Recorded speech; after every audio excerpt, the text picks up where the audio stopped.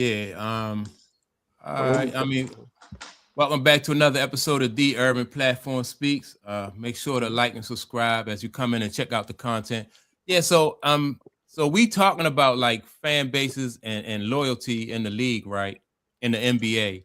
And so, like I said, my take or my opinion on the situation, I think that if you have a loyal, if you have a forever home, then that fan base to me is stronger than a fan base that a player would have, like if they moved around from team to team. And I that's to me it's almost like being a mercenary. Like, so people rally harder for people who have a vested interest in a team than somebody who is a mercenary, in my opinion. That fan base to me is just stronger, in my opinion. Now the NBA, like you said, Clayton, the NBA probably it don't really matter to the NBA, but to the player, like like say for somebody like James Harden, um, after his career is over with, and then you want to benefit from the fan base that you had. Like, what team do you go to if you play for 5 teams? Which like you don't get as much loyalty because your fan base and your loyalty is fractured and it's divided between so many different teams. Yeah, In my opinion, I all right, don't. Yeah. take for instance like Chris Paul, right? Mm-hmm.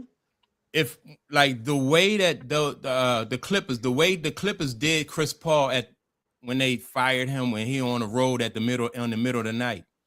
If Mm-hmm. Chris Paul, for instance, if Chris Paul had been a lifelong member of the Clippers, then Mm-hmm. they would have treated him differently because they would have had to factor in the repercussions of that fan base, right?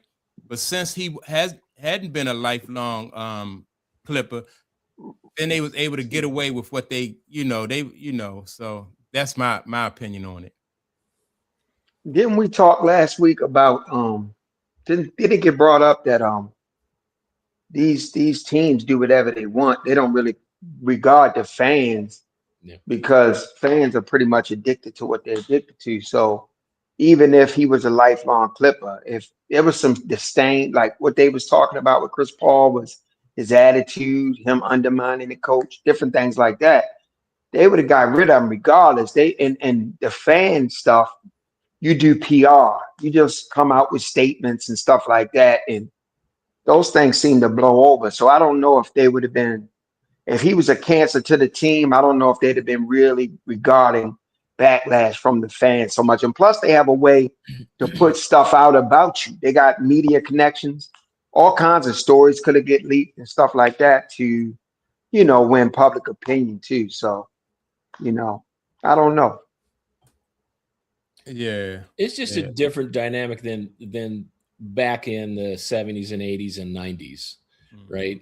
And what I was saying a little bit earlier was Mhm. that there was the concept of a team brand, and Mhm. and the obvious example of that is the Showtime, right? Mhm. And you had that brand, and the stars, the centerpieces of that didn't move. Magic didn't move, Worthy didn't move, Kareem didn't move. You had guys that came in and out, and yeah, you brought guys in, but as role Mhm. players and supporting cast, but you built a brand around that. Mhm. I think it's much harder to do that in today's NBA at the team level. It because each individual star is more focused on building their individual brand, Mhm. and there's no that there is no loyalty to, hey, I'm going to be a Boston Celtic for the rest of my career. I mean, that just doesn't happen anymore. yeah. I think Um, well, it don't happen as uh, much as it as used to. much, yeah, as I, much, yeah. You yeah, still got some players, yeah. I don't know. And that's where like what do y'all think about like players who know the history of the game? Like if you somebody if you had a talent to be a franchise ball player, would you recommend them being like almost like taking on that mercenary role, or would you recommend them just trying to stay in one city and build Well, there? Well, let me say this. When you're a giant star, when you're an icon, when you're a superstar of that caliber, Hall of Famer, very seldom do you become a mercenary. Because becoming a mercenary means the team is ready to move on from you, you ready to jump around, or the team is not willing to give you what you want. So superstars don't really become that. James Harden to me is not an iconic all-time great, even though his statistics might suggest that he's not really that. So I would never, I mean, I don't think, a star, I would never say, be a mercenary, so to speak, if you the type of player that a franchise will go all in and you know what I mean? I'd say get what your about money. Kevin Durant? Kevin Durant, now he's different. And that is a good example you're using. What You about can you LeBron can James? consider him. I don't consider LeBron a mercenary. Yeah, I I mean, all don't. right. I really don't. I don't. I know Yeah, he's been to different teams, but I don't. It's almost like I put LeBron in the category like with Kareem. Kareem started off in Milwaukee, right? But the league needed that star power in LA. Yeah. And he became a free old trader. However way he got there, he got there. You know what I'm saying? So I don't view LeBron like that. It's been what, 3 teams? So I don't really, yeah, KD now, he's on his what, 15, 14? What is it? yeah. About 3 or 4 teams. Right. Yeah, that's different. That's different. Yeah. Yeah, yeah. I just think that. Yeah. Yeah, I just think that when you move around from team to team, it kind of it has an effect on what your legacy is. Well, And then not really. Mhm. even though like when you look at say like somebody like a Dominique Wilkins, right, played for Mhm. Atlanta all his career, right? Steph Mhm. Curry. Steph Curry. Yeah, Mhm. yeah. But Dominique never won a championship. But when we look back and we think about Dominique Wilkins, um, he was a great basketball player, right? Mhm. But just Mhm. imagine if Dominique had moved around from team to team and still had that same career. Mhm. Anytime you think about Dominique, very rarely do you bring up the fact that he played for the Boston Celtics, at the end, you Mhm. know. Um, Yeah. but you always think about him as an Atlanta Hawk, that is his Mhm. forever home. So, But Yeah. but does but go ahead. Go ahead. I'm sorry. No, no. I was just gonna say I brought up Steph Curry because I was trying to think of a current guy who stayed with someone who is considered a superstar, and I think we'd be looking at him differently had he jumped to 3 or 4 different teams. right, And I yeah. don't know that, and we could have missed out on some of those Warriors championships because he wasn't there. Mhm. Right, yeah. Yeah. But I think with Dominique, with KD, let's go with KD. Even though he's jumped from team to team, I don't think people look at him like he's not an all-time great. I think life after basketball is going to be great and favorable for him. You talking about one of the all-time leading scorers ever. You're Yeah. talking about somebody that had a skill set, that was unmatched at one point. Mhm. Um, so I don't necessarily know if staying with the team is what gives you your cachet more than how you perform gives you your cachet. So and then you got all these endorsement deals and TV commercials and all this and all that. So I don't know. I don't know if it's I don't know. Yeah. I don't think Larry Bird is revered because he stayed with the Boston Celtics his whole career. I don't think Magic is revered because he stayed with the Lakers. I think they're revered because of how they played and what they Yeah. did. Yes, but I would 100% agree with that. But there is a magnifier to the teams they were on because they stayed with that team, right? And so you had that individual brand and that team brand that people think about and remember and feel positively about, right? Mhm. And when Larry Bird talks about that '86 team being the best team ever, right? Those kind Mhm. of things you remember, and I think it goes hand in hand Mhm. with the individual brand because you're right. that individual brand, you can't knock any tarnish off a Larry Bird at all, or Magic. But when you marry that with that team brand, it magnifies how we remember those guys. Well, don't you think that's subjective to some degree? Sure. Yeah. I mean, how much you like the sport, what you looking for from the sport. Like, yes. Gentlemen, like you guys believe in the team building, stand loyal. So that's how you view it. So it means something. It's different. And I respect that's not the game today. That's not the game today. And we Right, have to look at it differently today. Right. Yeah. I think, but what about this? Do it go? All right. So if you're in a situation, and I said this about like James Harden, and people who stay in certain situations and they tough it out, they grow from those situations, right? So by the time Isaiah Thomas get to the point in his career where he got 2 championships, he weathered those storms. By the time that Steph Curry get to the point in his career, they had 4 championships. He's weathered those ups and downs, those peaks and valleys. So that makes you a whole different ball player than somebody who moved from a team because the situation was a situation for them was something that they didn't like at that time, or maybe they didn't get along with a coach, or something that they didn't think. It makes you a whole different ball player when you weather those storms. Well, what about Magic? He had success early. There was no storm to weather.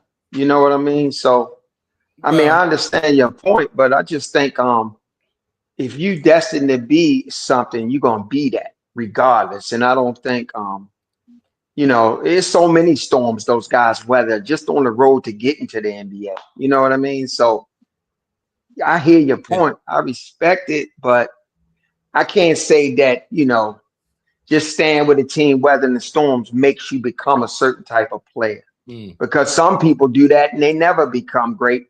They never learn lessons. They never, like you say, quote unquote, grow or whatever the case may be. But to be honest with you, I think growth is not even a choice. I think growth is inevitable. It's just how much growth you're going to experience over your career.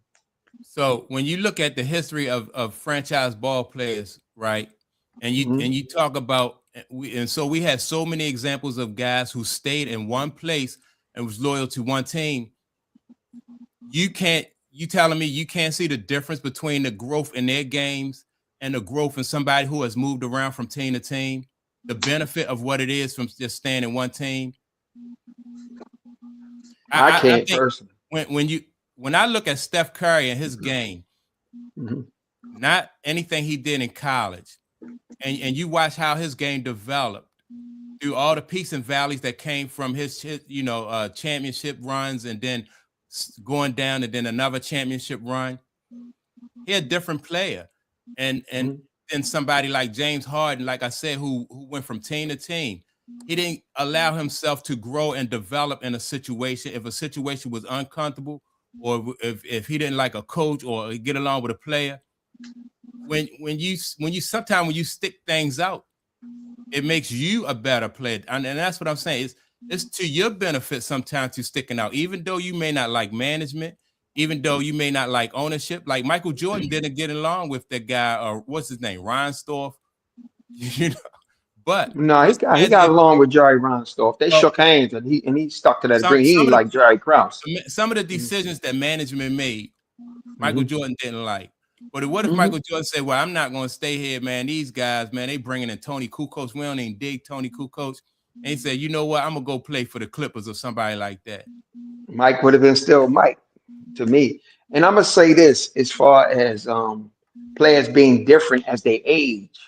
You can say Steph Curry sticking it out developed him. I could say that as you get older, the game slows down. You see things different. You evolve as a person, and you get better. Now, the degree of how much you did better, if you want to say championships is what makes it seem like you evolved, then that's your perspective. I can't disagree with that. But for me, I think every player is different from when the time he comes in until when he leaves, because you're naturally going to get better in some area or another. It's just, can the fan or can the observer see the growth? Can you see the growth? What you think, Tom? Hey, Kinda- first What's of up, all, Tom? yeah, what's happening, fellas? What's going on, bro? Yeah, all is well. Sorry for being late. Excuse my No, tardiness. all good. Excuse my It's all tardiness. good, Jack. Yeah, but what's the name, man? Both of y'all make good points, man. And you know, team guys that move around, it seems like when they do it on their own accord, it's kind of like frowned upon as opposed to when they're getting traded. Mm-hmm. You know, fans don't seem to look at the guy that gets traded the same way as they look at the player that's, you know what I mean, that's a free agent and choose to leave here, leave there. You bring up the James Harden situation, and some people even put KD in this same box as well. You know, that when things not going well or he's not able to get the results that he wants, he tend to want to, you know what I mean, he's sour on the situation. He wants to move around. Brought up the Mike situation, and back then guys just wasn't doing it. I mean, Right. you know, you never know. If you fast forward them guys, you know what I mean, 30 years to now, maybe they wouldn't be as committed to a franchise as they were back then. It wasn't a lot of player movement back then. You had to really rely on the front office to try to get you the pieces in place, you know what I mean, to field a successful team. And the thing about Jerry Krause and them guys not liking him, he was the front man for Reinsdorf. And I know Clayton said he shook Mike's hand, but I don't think Mike really dug him either, because Mike understood that he's the one that's really making the calls. He's just sending his message through Jerry Krause. You know what I'm saying? And Jerry Krause was going to be the punching bag for everyone. Yeah. You know what I'm saying? And I remember when he signed them last two deals with Chicago, I think one was 30 million and one was 35. Reinsdorf told him, I'm going to regret this.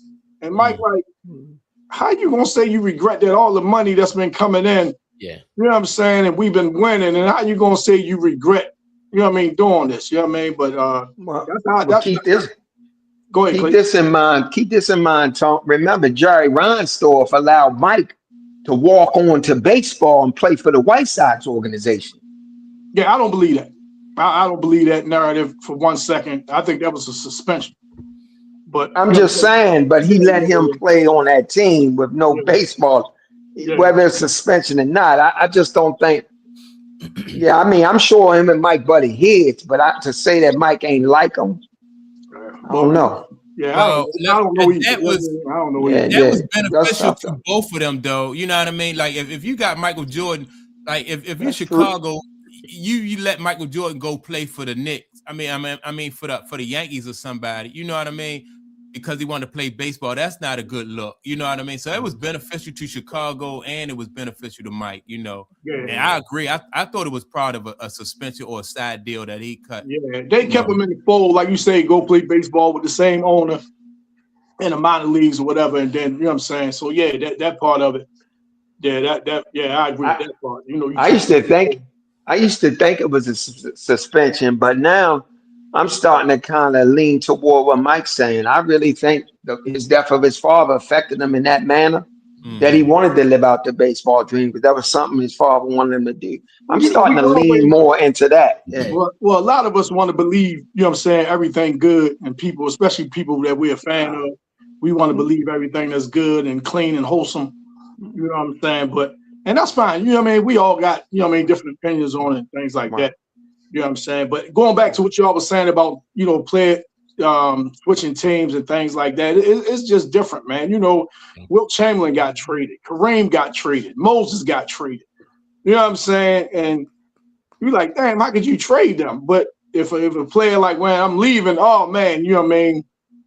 They get on them and stuff like that. You know, if you play out your contract, now if you force a trade and you still under contract, all right, I can see that. Like, man, come on, you still on the contract, show up and do your job. But if you're a free agent, that's exactly what it means. I'm free. So, you know what I mean? If I see a situation now I think it's better for me, you know what I mean, I might explore that. And it's my right to explore it. You know? So you bring up a good point, though, like the double standard, right? I want to get into that. Like when teams, as the players today, playing through player empowerment, have freedom of movement around and stuff like that, right? And you got players who like the load management and stuff like that. So you got players who are associated with load management. Now, that didn't start with players. And to your point, Tom, teams used to tank so they can get certain draft picks. Coaches used to allow certain players to sit on a bench so they can make a playoff run. What's the guy in San Antonio? Popovich. Popovich. Yeah, Popovich. Right. So he made that, right? And so now you have a situation where players are doing that, or it look like players are doing that, right? Whereas though they load managing and stuff like that.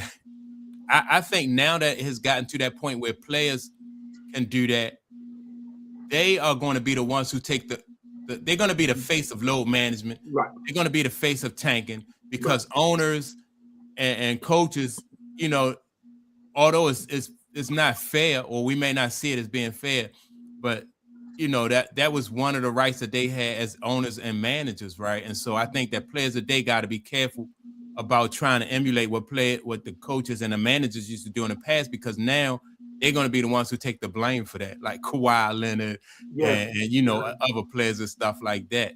So it is a double standard, and it's not new. I ask all of y'all, man, because I don't know the answer to this, right? But how do you fix that? How do you fix it? That load management thing. I inherited a couple. I don't think you can. Fix it? I know how you fix it. And you fix it the same way. It is going to work the same way in the future that it worked in the past. We all remember basketball players who came out of college who we thought was a oh, this guy going to stick. You know, the thing about the NBA was just so competitive, and even football, it was so competitive. You didn't want to be out off the court because you knew that your job was in jeopardy. So that competition was always there. You know, anytime you got on the court, you wasn't going to flop, because if you flop and your man score, then the next dude on the bench is going to be coming off the bench, right? And so it just wasn't a part of the game. And so now where you have a situation where you see the Pistons get into a fight with what's the team with the Hornets. The Pistons was just imposing their will on them, right?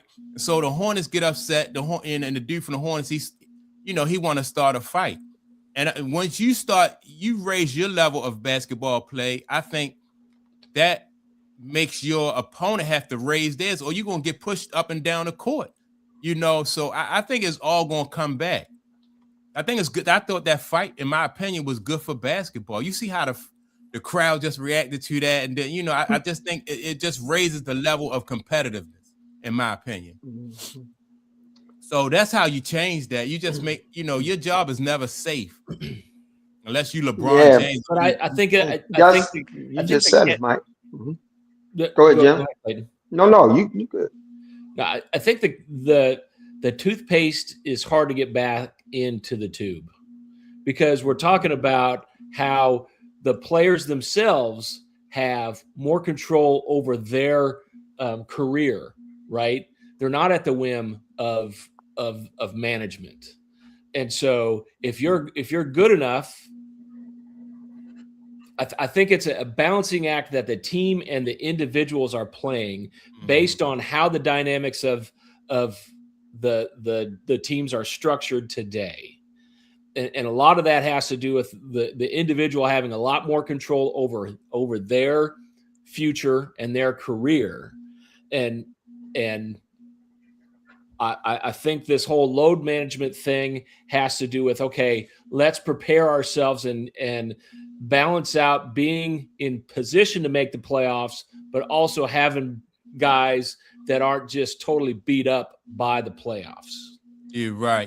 And that, with that being said, man, I want to welcome this guy, Cedric Franklin, because he make a good point, right? He said, I believe a player out of his prime, Tim Duncan, is okay, right? So when Tim Duncan was doing the load management and they were saving him for the playoffs, like, that wasn't a problem, right? We understood, as basketball fans, we understood what Greg Popovich was doing. You know what I mean? And they made playoff runs and they had success with Tim Duncan, like resting at certain, not, you know, restricting his minutes and resting it. But it kind of got out of hand. And you know, so when you see somebody in their first or their second year load managing, man, But see, you hit on something key, Mike. You said unless you LeBron, unless you talking about. So these stars, their jobs aren't never in jeopardy. Never. Right. You know what I mean? So I yeah. think the real fix is contractual somehow. Well, You know, it's got to be through the contract. What about go ahead, Mike. Let me say this real quick. Mhm. So like if LeBron flop on the court, and LeBron is the face of the league, right?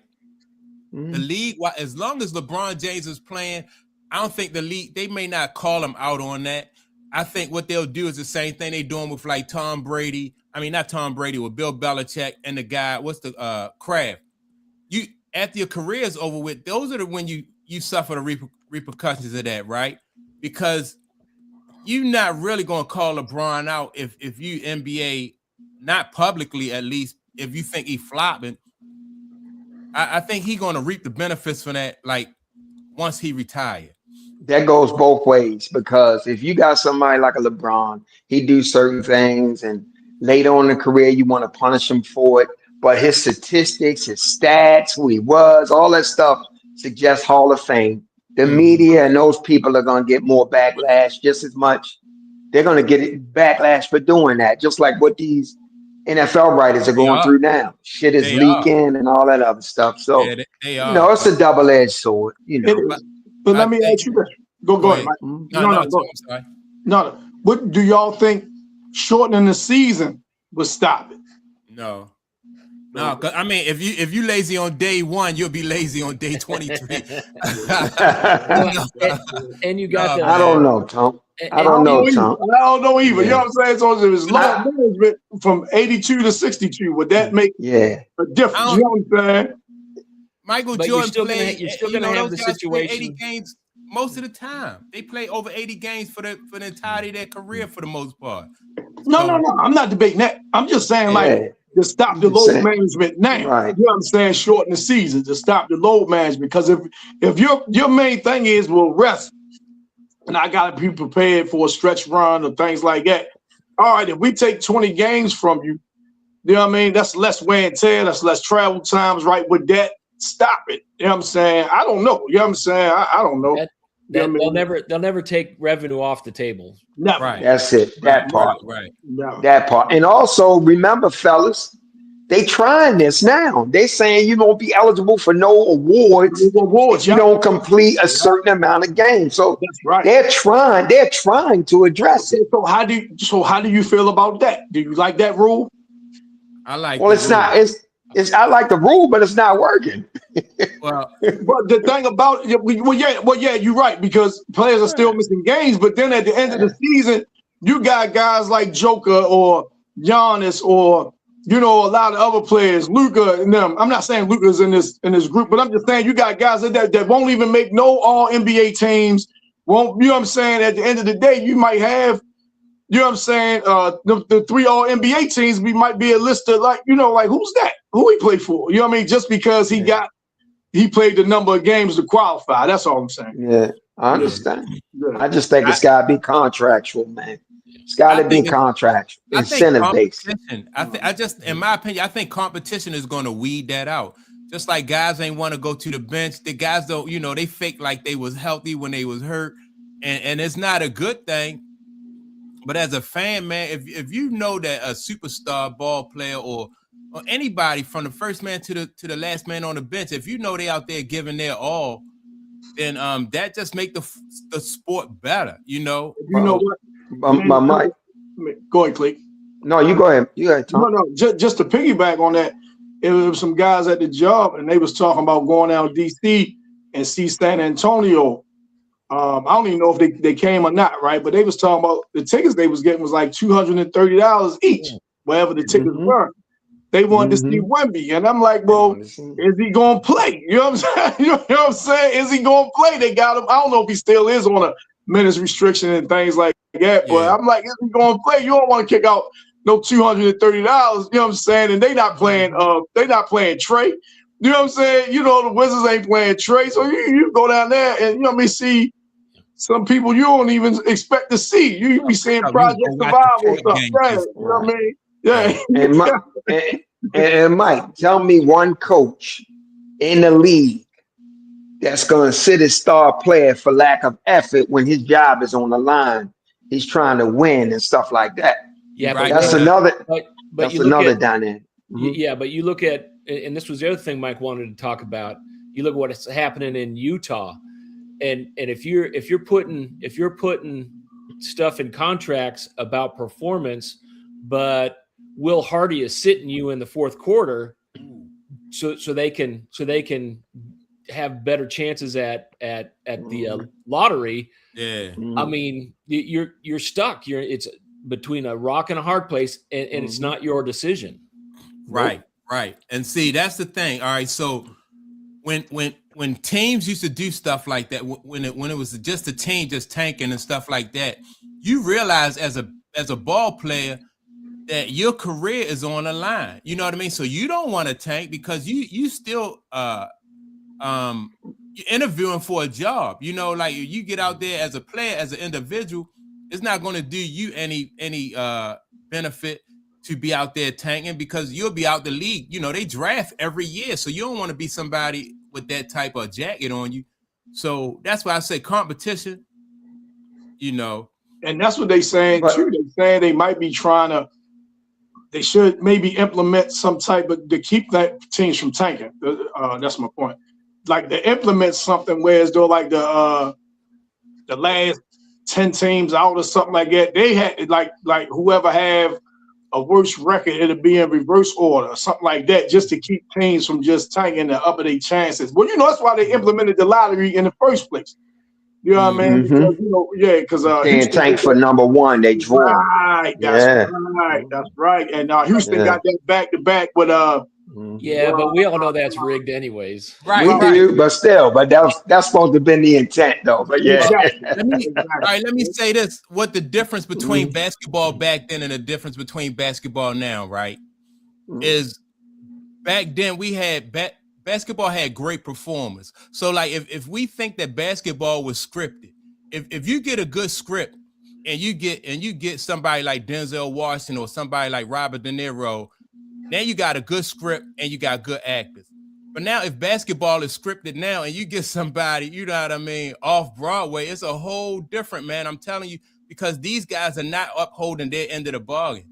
You know, you talking about the players, Mike? You talking about the players? Right, yeah. So no matter what the script is coming from the top or whether they writing the script, the product on the court is just not the same. Like those guys played through it and gave you their effort, even though people might have said, well, it's rigged or it's, you know what I mean, or a team is tanking.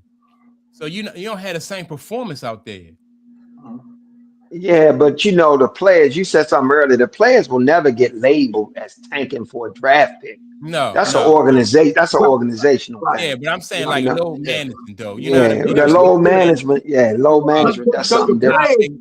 You know, like you said, they're auditioning for the next team. They want that next contract. You know what I'm saying? Right. Yeah. But I'm talking about flopping. Like if you flop, and you know how you if you flop, even if you playing pickup basketball and somebody flop or something, or they just you'll just look at them sideways. Even in a pickup game, you would look at somebody sideways. Like, come on, man, we out here hustling, and you gonna let somebody, you know, it's not a good look.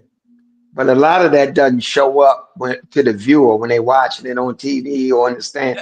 A lot of it don't show, and a lot of it don't show up to the casual eye, Mike. Like you see it, but a lot of that don't show up. Some people they watch and they so glued to their favorite player, or they so glued into certain things, they're not seeing everything. That's how this point shaving and all this stuff was able to take place. And under the naked eye, and none of us caught on to it. It had to come out later. Hey, Clay, you make a good point, brother. People are tuning in looking for different things. Yeah. People are tuning in looking for different things. So you know, like if you have a trained eye and you looking for something, you'll see it. You know what I'm saying? But if you're not, you're right. You're right. It goes right over your head. And a lot of the orchestration. It's starting with the referees too. You know, remember the dude in the documentary. They told him every time they do this to Jordan, you blow the whistle. Every time you blow the whistle. So them referees are very much a part of it. They had a referee that Allen Iverson cussed out one time, and he put it out. So all the referees was like, man, call him for palming, call him for travel. Yeah, they had a vendetta against him. Yeah, I remember that. Yeah. So look, but haven't y'all ever heard like basketball players say like in certain games we had to make sure that we win by 15 or 20 points so the referees don't even factor into that, right? Yeah. Because they knew, you know what I mean? Like players knew that like sometime the fix was in. But they know that, but the referee still can control that. Because you could be trying to win by 15, but I got your ass in foul trouble. You understand what I'm saying? Every little thing, I'm blowing the whistle. I understand it though. They know. They absolutely know. Yeah, absolutely. Yeah, you at the mercy of that whistle, man. Yeah, let me ask y'all this though. And because Tunk brought up Wemby, right? Do y'all have a problem with them restricting Wemby's minutes? No, I don't have no problem with it if it's about his health. Right. Yeah, they trying to bring him back slow. Yeah. Right, that's what I said. And not only just bring him back slowly, but I think like his development, like you know what I mean, like his body, you know, like you don't really reach your full potential until like your mid to late 20s, right? So, you know, I think that helps him in his development also. And what he's doing in them restricted minutes is worth the price of admission. Yeah, it's crazy. He is in there in crucial times of the game. Yeah. He may not start all the games. I don't know. Have y'all? I haven't. I admit that I haven't seen San Antonio. All I see is like the highlights and things like that. They got a young team, right? And they say some people was suggesting that Wemby should be featured more.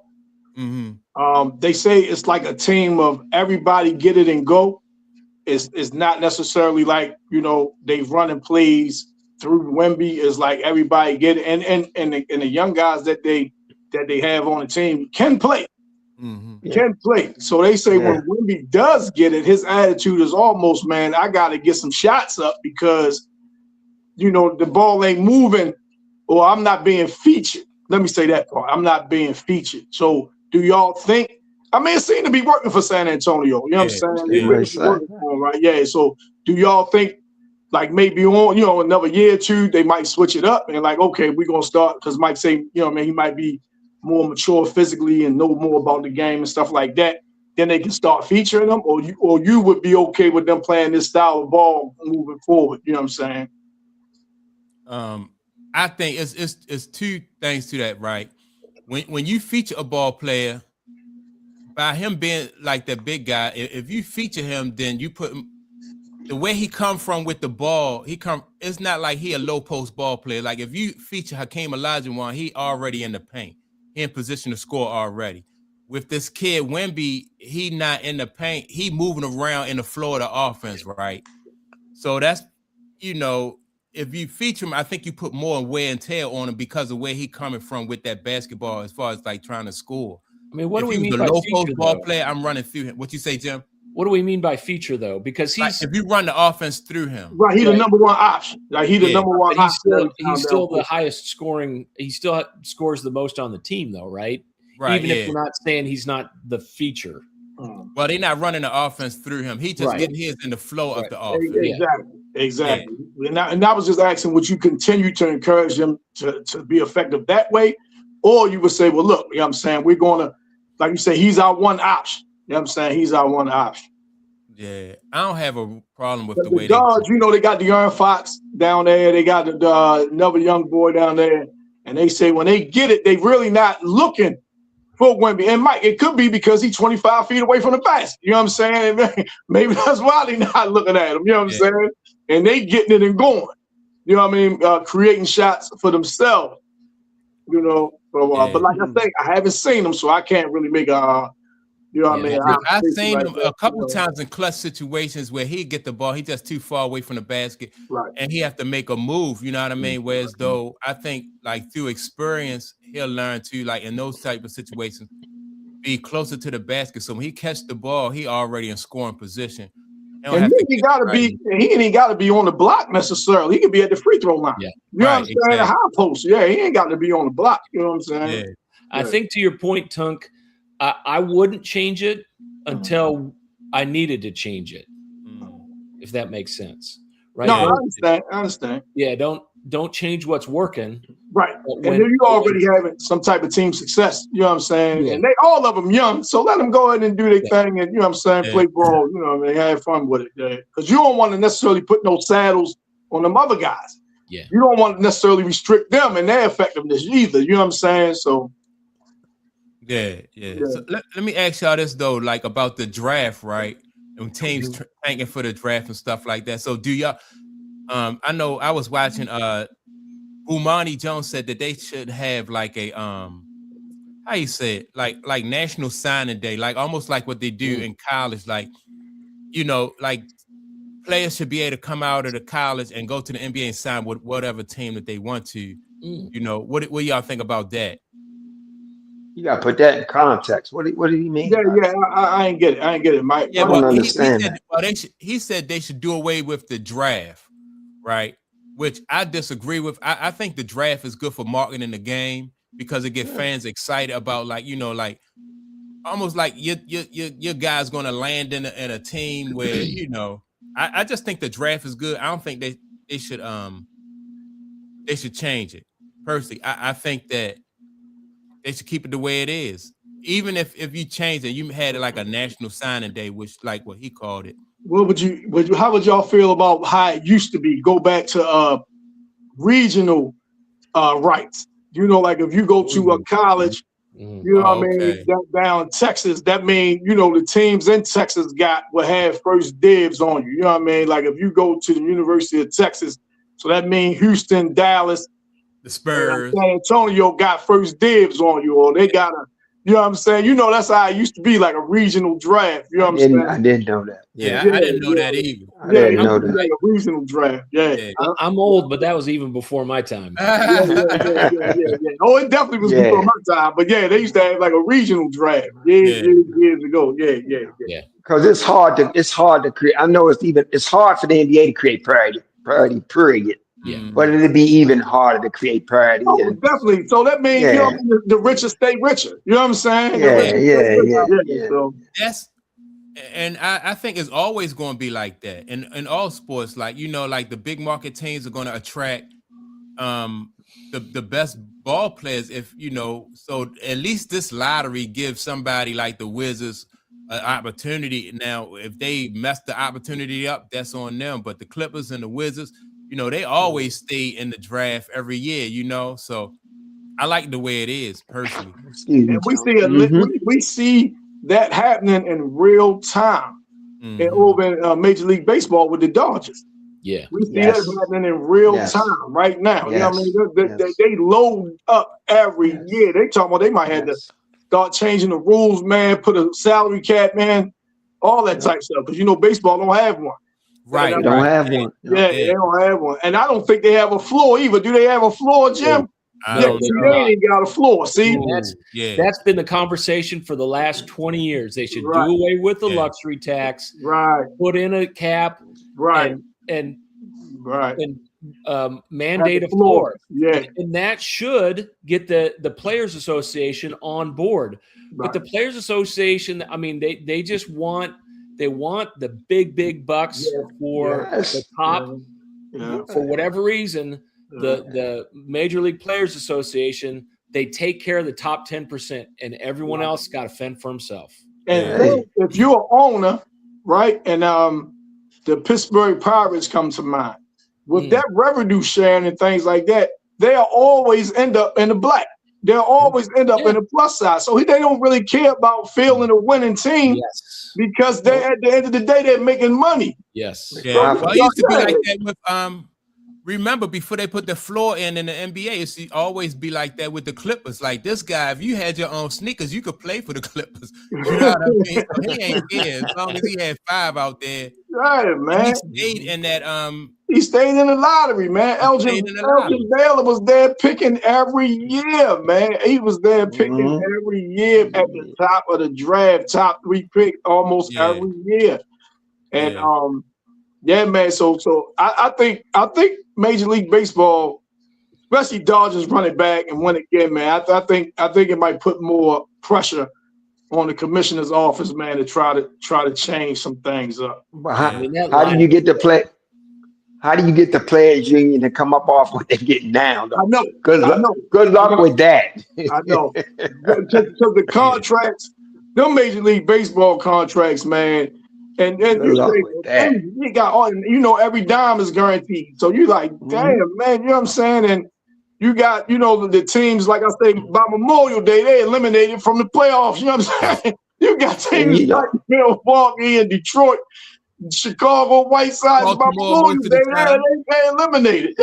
And Major League Baseball ain't losing no money. They're not at a profit loss or anything. They could care less. Seems You know, like it ain't about viewership. It ain't about viewership with that sport. I don't know how they pull it off, but they pulling it off. it seems like, man. It seems like it. Yeah. It seems so- like it.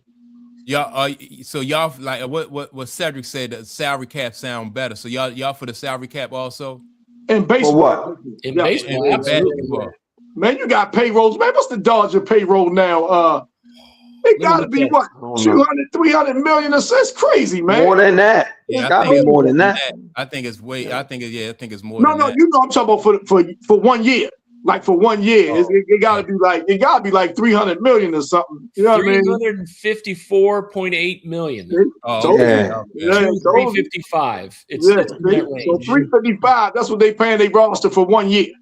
Mm. You know what I'm saying? Yeah. Yeah. So And they're still making money. right. Yes. Yeah. If you look at Pittsburgh, they what's the name? They probably paying like 16,000 for the year. You know what I mean? they probably paying 16,000 for the year because they say that pitcher up there. They say he's gonna be gone in a minute. The one that was lights out last year. I don't know his name, Jim or Clayton. Mike, y'all help me with it. Yeah. They say he's gonna be. They say he's gonna be there. Yep. Skeens. Yep. Yeah. They say he's gonna be with the Dodgers in another couple years. Yeah. It's like their farm system, man. Exactly. That's right. That's right. So That's all they by are. comparison, Pirates payroll is 85 million. Yeah. Oh wow. Wow. Damn. That's crazy. Man, I remember in the 90s, Damn. the Orioles payroll used to be 200. Yeah. That was in the 90s. They got 86 million? Yes. So they 3 times, Wow. 4 times, they 4 times as much. See, man, it can't be that type of disparity, man. You got to try to level that out, man. Yeah. And if they had a floor, right, they would be paying right, more money, right, And what they and you pay. could rein in the Dodgers. right, You'd solve both problems. right, right. Yeah. Yeah. But the Dodgers wouldn't. The Dodgers, if they put a cap in, you could rein the Dodgers. Yeah, that's what I'm saying. Right, You put the floor and you put the cap in, right. and solve both problems. Hey, let me ask y'all about that fight. Y'all think that fight good for basketball, or y'all think it, what's y'all take on that fight between Detroit and Charlotte? I don't think it was necessarily a good thing, man. I mean, you talk about, Detroit playing well, Charlotte. I mean, I don't know about it being a good thing. You like to see people be competitors and things like that and Right. play hard, but I don't know if necessarily the fight thing is going. I don't think the league wants. Yeah, I don't think the league wants to see more of that. They don't. And I'm good without having a lot of that in the game. It is kind of a one-off because, and what I like to see is a more physical game, and seeing guys really try to show their competitive, wear your heart on your sleeve, right? And that's what we liked about the 90s and the 80s and the early 2000s. You guys, you had guys out there with passion and it showed. So I don't want to see a fight every game. I mean, that's why I watch hockey. Right. But I do want to see. I want to see some passion. I want to see hard play. Yeah. And the rules have been constructed to try to remove as much hard play as possible, so you have a lot of scoring. And I think there's a better balance in there somewhere. Yeah, I think it's good and bad and everything. So Yeah. there was a downside to the fighting and there was a plus side to the fighting. The NBA ratings are trying to peak and come back a little bit. And unfortunately, people like watching shit like that. So, you know what I mean? Next time. Tell me what's your downside to it, Clayton. Tell me what's your downside to it. Just like you said, the ugliness, the brawling, you don't want it to be, you don't want it to be where it's aesthetically not pleasing to, corporate audiences and stuff like that. Yeah. It's not family friendly, so to speak. But at the same time, it's good and bad. And you got some fans, they live for that kind of stuff. It's actually more fodder for social media, content, all that. So all that stuff is almost putting the battery in the NBA back. It's pumping some juice in the NBA, that fight. So, you got both things happening, Did that make sense, what I said?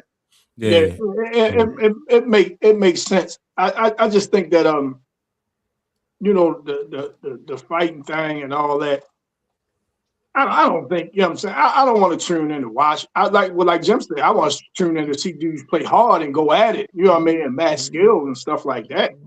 And I don't want to see, 70, 80 3-point shots attempted again. You know what I'm saying? Yeah, right. Right. That's what me, Caitlin, is just technically unpleasing. You know what I'm saying? Right. I understand. Why I don't tune in like that, man, because, it's not a good watch for me. Yeah, we in a new age, though, fellas, and we all know this. We're in a new age. So, your mindset, Tunk, from the moment I met you, you're a little rare. You're a little rare. I like your mindset, right? But you can't assume that's the majority. The collective consciousness, so to speak, are almost like conditioned and they, brainwashed and they sheep and they. So all this kind of stuff is appeasing to them because where the collective consciousness is right now, people need stuff to talk about. They need sensationalism. They need content. They need stuff like that to be able to go on posts and go back and forth with each other and talk to the stars and knock them. This is what the age we in. So, and all of that is benefiting the NBA to some degree. I've learned since we doing this podcast, and I be tuning in to other podcasts. It seems like the one of the main ways to stay relevant nowadays, you got to mention LeBron in some way, form, or fashion. You got to mention him, and that'll get you interactions. That'll get you reactions. You know what I mean? Both positive and negative. And I don't know if y'all saw what Ron Harper said about his sons. That his sons, I believe, are both in the league. If I'm wrong, y'all help me. Both his sons in the league, and he had a little.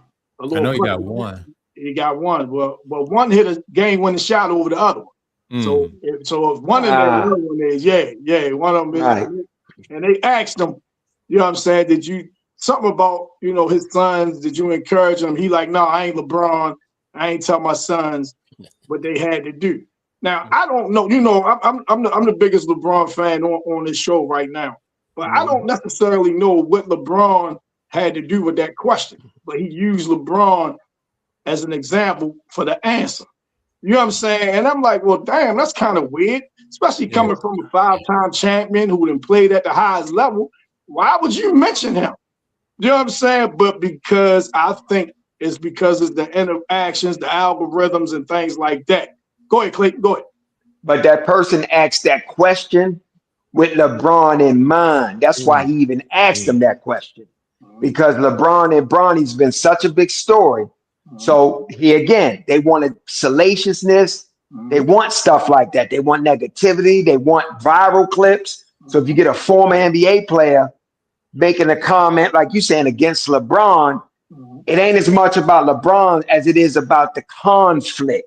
That yin and yang, that salaciousness. Because that guy knew exactly what he was asking him. And did you encourage your sons to play? Yeah. Come on, right. So it's a loaded question, right? Yes. Absolutely. So if I'm Ron Harper, don't take the bait. Right. That's what I'm saying. That's all I'm saying. If you know it's a loaded question, man, don't take the bait. But guess what? Ron Harper got triggered. It's players in the league that have their kids playing, and they despise what LeBron was able to do for Bronny. They might not say it publicly, but in that they despise this. You know what I'm saying? Why he get to walk his son right into the Atlanta NBA and I can't?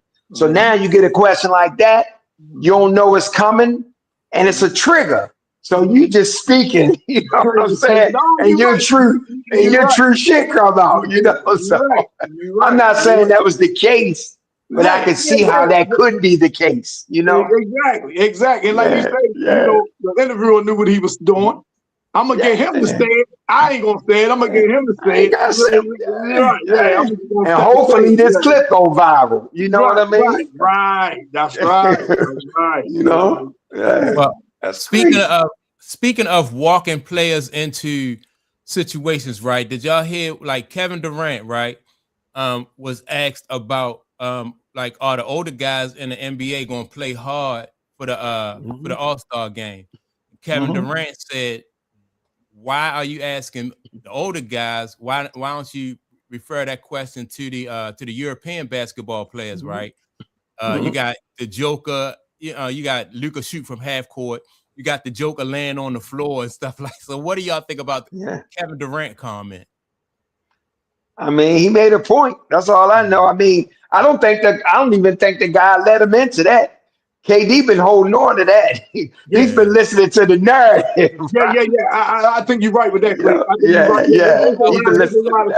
you saying that if he didn't lead him into it, so are you saying that Kevin Durant would have brought that up had he not asked that question? No, I don't think that. I don't think that. Unsolicited. I don't think he was brought up unsolicited, but this is something I think he's been wanting to speak on. He's been holding on. Yeah, he was prepared. You're right. I think it's something he wanted to speak on. Yeah, I don't think, like you say, I don't think he'd have brought it up unsolicited, but he definitely, you give him that opening, he was going to take it. Yeah, right. And them highlights they show was married perfectly with his comments. They showed them highlights. The thing is, he makes a good point as to why y'all asking the veterans that got 16, 17, 18 years, why y'all asking us? You know what I'm saying? Are we gonna play hard? No, I ain't out there risking injury and all that. No, ask them other players, are they gonna play hard? I didn't pay my dues. You know what I'm saying? I didn't put my time in. No, don't ask me. But they're the elder statesmen.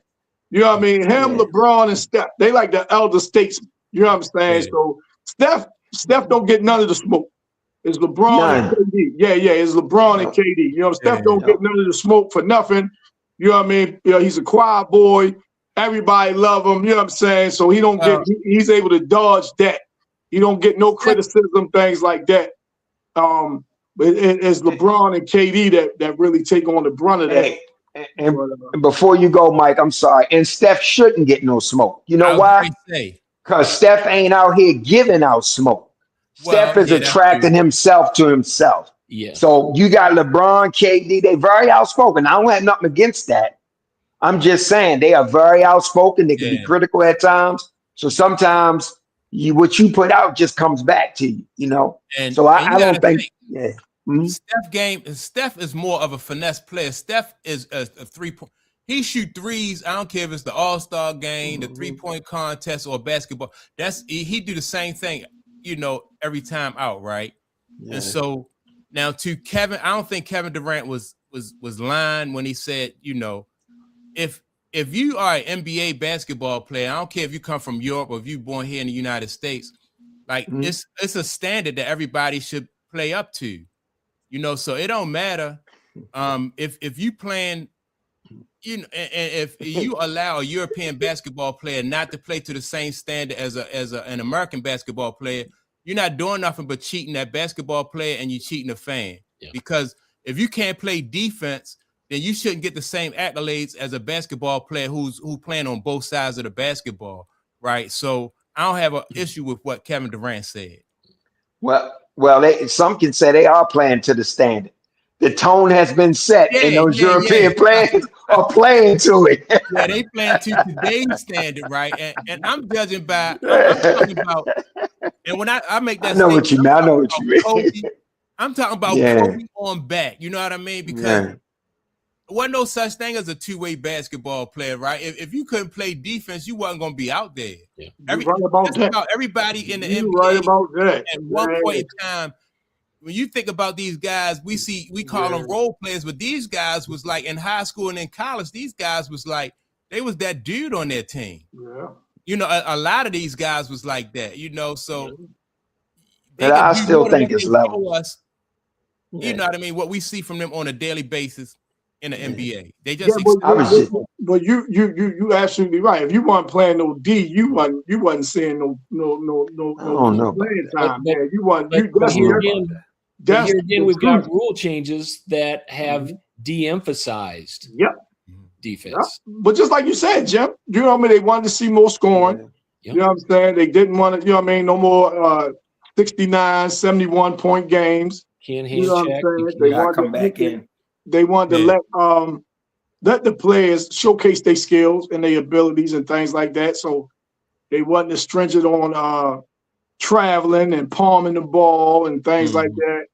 So, you know, it was a lot of leeway to allow these, you know what I'm saying, players to showcase their skill. I think it was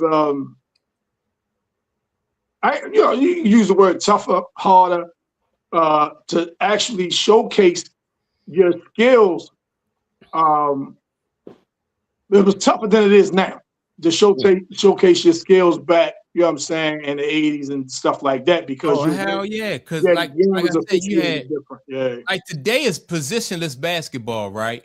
You know, and so everybody get to do their thing a little bit. They have a little bit more freelancing than they did back in the day. But like back in the day, and if Muggsy Bogues was expected to play defense at 5'3", you know, everybody knew that what he was going to do at the offensive end. The question about Muggsy is how was he going to be able to defend at the professional level, right? But when you see the way Muggsy disrupt people offense with that, you know what I mean? You can't put the ball on the floor. You got to be careful how you pass. You know what I mean? So that is what allowed him to stick in the NBA. Not just what he brought to the offensive end, and that's how the NBA was. You know, so if you weren't gonna play defense, you definitely wasn't gonna be out there on that court. I don't know. So you guys telling me that even back in the 80s, 90s, there was no players out there that was offensively, they were outstanding, but lacked in defense? You trying to tell me that's a new phenomenon? It's more so an effort. How I look at it, even effort. It was more so of effort. I think back then it was more so, you know, nobody was going to be no lockdown. Wasn't nobody going to be Walt Frazier where you lock down, nothing like that. But I'm just saying, you saw more of an effort on the defensive end by the superstars. You know what I'm saying? Let's be careful, though, that we're not taking Luka Doncic and his lack of effort and then framing that across the whole league.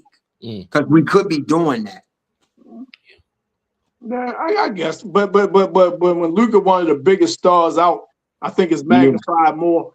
You know what I'm saying? When Joker in Denver is one of the big stars, is magnified more. I don't think they play both ends. Well, I know they don't play both ends like a Giannis does. You know what I'm saying? I know they don't play both ends like that. But I don't think the Joker has the athleticism to play both ends like Giannis, but I think he plays both ends. Yeah, you know what? And the thing about the Joker get rebounds. Yeah. You know what I mean? Like the Joker will box out. You know, and so when you think about guys, that's what I'm saying. So when Tunk say effort, you can still box out and you can get rebounds. Like PJ Tucker said, and then he was talking to Carmelo Anthony, right?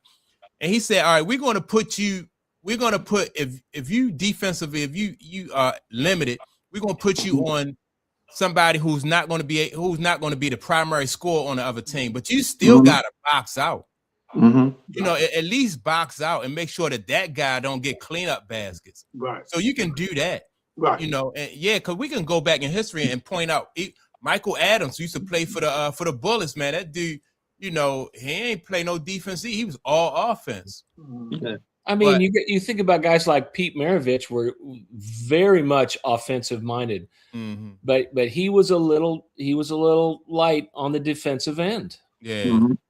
Just And I don't let think nobody go crazy on you. That's all I'm saying. You know what I mean? Just don't let nobody go crazy. Yeah. And the whole thing Right. is, I'm gonna get it back on the other end. You know what I'm saying? It's like, man, just don't let nobody go crazy. That's why Luka is the poster child for that, right? You Because can try, but I think Luka is just so slow and so non-athletic Yeah. that if you can find a weakness, you can get past him with speed and quickness. Somebody can go crazy on you. But You but just shots can't But keep it ain't up. just that. It ain't just that though, Clay. I'm Against not saying it is, but I no, think no, a no. lot of it is that because No, Luka, let me make this point though. When they was in the finals against Boston, they yeah, just showed him not closing out on shots, like Yeah. Mike say, not boxing. Now, you know what I'm Yeah. saying? They got this saying now, like a traffic cone. I mean, Yeah. not even moving his feet. You know what I'm saying? I got You you, got I to got be, athletic. Ain't nobody saying you got to be Dominique. right. You know what I'm saying? But you Right, can I mean, try to stay in front of somebody. Right. You know what I mean? Yeah. but you know, And to your point, Tunk, if you compare the athleticism of a guy like Larry with Luka, Mhm, right? mhm. Larry wasn't fast. No. Larry couldn't jump. Right. At least that was, he could jump a little bit, but yeah, he could jump. It was a narrative. but it was effort. You Right. got 100% out of Larry Yeah, yeah. all the time. and I And think Larry was a lot quicker than Luka too. Yeah. Well, Yeah. Larry He can played move his feet. team defense, and then And he that would too. box out. He would help out on defense. You Yeah. see, he gets some weak side blocks and some weak, Yeah. so you And he was just good at anticipating. Absolutely. Mental and stuff like that. So, Yeah, it's so real you can't use, small ball play. Real Yeah. small. so Yeah. you can't use athleticism or the lack of athleticism as an excuse when you see somebody. Actually, you can. It ain't an excuse. Sometimes you could be giving effort, but your lack of you slower than that person ain't shit you can do to stop them. Well, let's So it see ain't the even an effort, though. excuse. Let's Huh? see the effort. If I let's see the understand that, effort but I'm and just the guy- saying though. Yeah, How that's about something this? How about different. this though? How about this though? If you know this guy gonna blow by you, but you also know they need your buckets on the other end. I'm not saying this is what goes through Luka's mind, but sometimes he don't close out on it because he's trying to save his energy and his leg because they need him offensively. So switch me off from them. You got. I remember they gotta might hide me. have him on a weak on an off person, but that person is just quick or fast or more athletic. I remember Eddie Murray. He would pop up and he wasn't running that out. He was preserving his energy because of what they needed from him. So he's like, I'm not going to run all the way out through the base. You know what I'm saying? Knowing I'm going to get out, and burn that energy up. Sometimes it's about using your mind, trying to preserve your energy and give the team what they need when they need it. I'm not saying that's Luka. I get all of you guys' points about him, but I'm just saying. I'm on the other It's side not- of the it's fence. not with always- that. I'm on the other side. of the fence, yeah. Even with Eddie understand. Murray. Eddie Murray, why you playing first base? I can see if you was in center field, left field, right field. Yeah, Eddie ain't run it out. Eddie ain't run it out. he didn't Right. run it. He didn't Right. have to run it out because he hit all those home runs, and he was heavy with that bat. That's different. You know what I mean? What is Luka? What is Luka? Luka a home run hit or offense? Luka, Luka's like a George Gervin, right? George was magic on the offensive side, Mhm. but he was. I mean, he saved himself for the offensive side. My Right. thing is, But I compare don't- that with like who is the cat? Bob McAdoo. Yeah. It's not that he wasn't, to your point, Clayton. It wasn't that he wasn't putting in the effort. He's just a little undersized. He wasn't as good of a rim protector. you don't down want low. you don't want nobody to be like they hunting you out. Yeah. You know what I'm saying? It's almost like a D-back in football. Like whoever you covering, that's what we throwing at you because you trash. That's how Luka is on defense. Like whoever, like you just said, Clayton, he might not even be the best offensive player, but when Luka is playing him, he turns into that. Okay. You know Now what I'm guess saying? what? He turns into that. Guess what? Luka effort and no Luka effort. Luka could put all the effort out in the world. He still could get hunted out because he's a liability on defense. This girl, Caitlin Clark, is that. She plays good space defense. She played the pass lane well, but they hunt her out. It's not that she lack of effort. Sometimes your athleticism just don't match the person you're going against. So I'm going to hunt your ass all day. yeah, but if if she putting up effort, if Caitlin Clark is putting up effort and you hunt her out, you're not gonna be successful like you are against a guy like Luka who don't put out effort. Right. That's the only point I'm making. Like the effort going to negate some of the stuff that you lack in. Some of it, man, I wasn't athletic. You know what I'm saying? When I played little ball, I wasn't athletic, but you wasn't just gonna say, "Oh man, Tunk playing me, I'm gonna go crazy." You know what I'm saying? Let me ask you this, Tunk. You know what I Let me mean? ask you this though. On the offensive end, was you filling it up? Was you the main go-to? No. I was more like a point guard type player. You know, that's how I played. Okay. You know what I'm saying? Like that. So no, I wasn't like the primary. Either way, it don't matter though. It don't matter if you was filling it up or not filling it up. And that's why I use Muggsy Bogues. You got the guy 5'3". You got a guy 5'3". You bring to the table what you could bring to the table. You do your best when you out there. Even if you working at a you know, that's how Muggsy got to the league because of his mentality about competition. But that's Muggsy's gift. Yeah. His gift was his motor and his speed. They didn't look for Muggs to do a lot of scoring on offense. They looked for him to facilitate, but his natural God-given gift was his motor and his speed and his relentlessness. So that's his advantage. So he used what he had to be able to affect the game. Yeah. I think you still, as a basketball player, you got to compete all over the court. Or you're not gonna be able to, you're not gonna have sustained success. You're not gonna be a part of no dynasties or anything like that. You might win a championship here or there and get some accolades here and there, but you got to compete all over the court. It seems like, man, like in a lot of sports, like across the board, you have specialists now. Yes. You know what I'm saying? If you're good at one thing, all right, you're fine. You know what I'm saying? You're fine. If you're good at one thing, you're fine instead of being, you know what I mean, a jack of all trades. That's necessarily got to be, you know what I mean, I ain't going to say master of none, but you know what I'm saying? But now, you could do something almost like a relief pitcher. Go in there and pitch 4 innings, you know what I mean, get me 3 outs, and that's all I need you for. You know what I'm saying? One pitch. I seen the person come in and throw one pitch.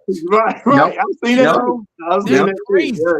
Yeah, and even back in the day, you had specialists. Yeah. You had specialists back in the day too.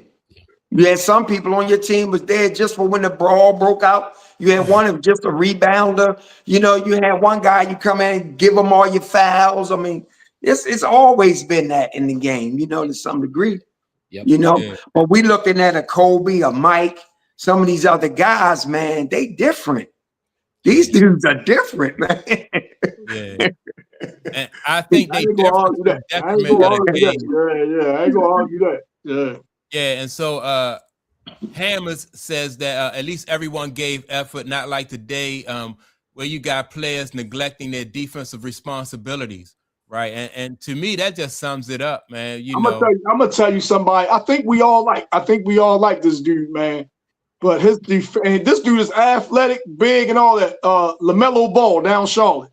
Yeah. This dude, man, 6'8", athletic, fast, can run. But if you see him on defense, man, you're like, damn, brother, you ain't even trying. You know what I'm saying? So, yeah. So you can see dudes like that. Like, man, I ain't playing no deep. I'm going to get the ball. We're going back the other way. You know what I mean? Yeah, you know what I mean? Go ahead, I don't care. Yeah, we're going back the other way. Yeah. And Tunk, that's why part of the reason why he coming off the bench now is some of his that's part of the reason, right? Because I think basketball is getting back to where as though it's more to it than just chucking up shots on the offensive end. They benched him? Huh? They benched him? Yeah, he coming off the bench. Yeah, he not starting.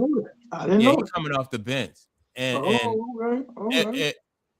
For a minute with him, it seemed like he was going to go down the road with Trey and Ja Morant, right? But he's saying now that he wants to stay in Charlotte, and so and I think that's a good decision, right? Because no matter where you go, you take you with you. Correct what you know what I mean? Correct what you got going on as a basketball player where you are in Charlotte, and become and his father in his life. And I think that's part of what make that decision to stay there and just man up and just learn how to play basketball the NBA way. You're coming off the bench right now, work your way back into that lineup. Because like you said, I mean, the talent is there. Right. You need to play defense and have better decision making when it comes to So Because he's yeah, the I point like guard that. down there, so he gotta have better decisions. You don't make better Absolutely. decisions. Yeah, he's point guard And down I look at him like Tyrese. He could be like Tyrese Halliburton. You know what I mean? They almost like the same build. there. He can get a shot anytime he wanted. So basically, Right. you want him to play defense and get his teammates involved. And he more athletic than Halliburton too. He more Yeah, you're athletic than him. Yeah, he more You're athletic than Halliburton. Yeah. You're right. Yeah. Yeah. So yeah, I think if he stayed there in Charlotte, he'll be all right. But that's part of the reason why they got into that fight, man. Because you got somebody pushing you all around the court, getting layered. You know that dude Duran. You know, he was just having his way with them. You know what I mean? Yeah. And so they got fed up. So that's why I thought that fight was good for basketball. When Sometimes he you gotta just push back. You know what I mean? Sometimes you gotta push back. Yeah. Yeah. What you say, Jim? No, I was just laughing when he, because I watched your video on that, and it was just funny when he mushed him in his face. It was, it was just like, which popped it all off, right? Yeah. And And you could like Duran was not fazed by him because he just mushed him. Like, get out, you know what I mean? Come on, man, get out of here with that nonsense. Yeah. If Duran was threatened by him, then he would have had a different reaction than just. Yeah. It was almost disrespectful to mush another man in the face. Yeah, like, but you know what I mean? It definitely set Diabate off. Yeah, it did. It definitely set him off. But let's talk about this. Who somebody made a statement? Nick Wright. Did y'all hear the statement made by Nick Wright? What he said? Talk to us. Nick Wright made a statement. He said that in how to bring back the All-Star game, he said, and this will get a lot of attention. The blacks, you have the blacks playing against the whites in the All-Star game. He said this would draw a lot of attention and a lot of it'll bring back more excitement to the All-Star game. I heard Jason Whitlock say that. That's why. Jason Whitlock commented on it. Oh, okay. Go ahead. Yeah, Anyway, go ahead. It was Nick Wright, the first person I Oh, heard okay. that take on, like blacks versus the whites in the All-Star game.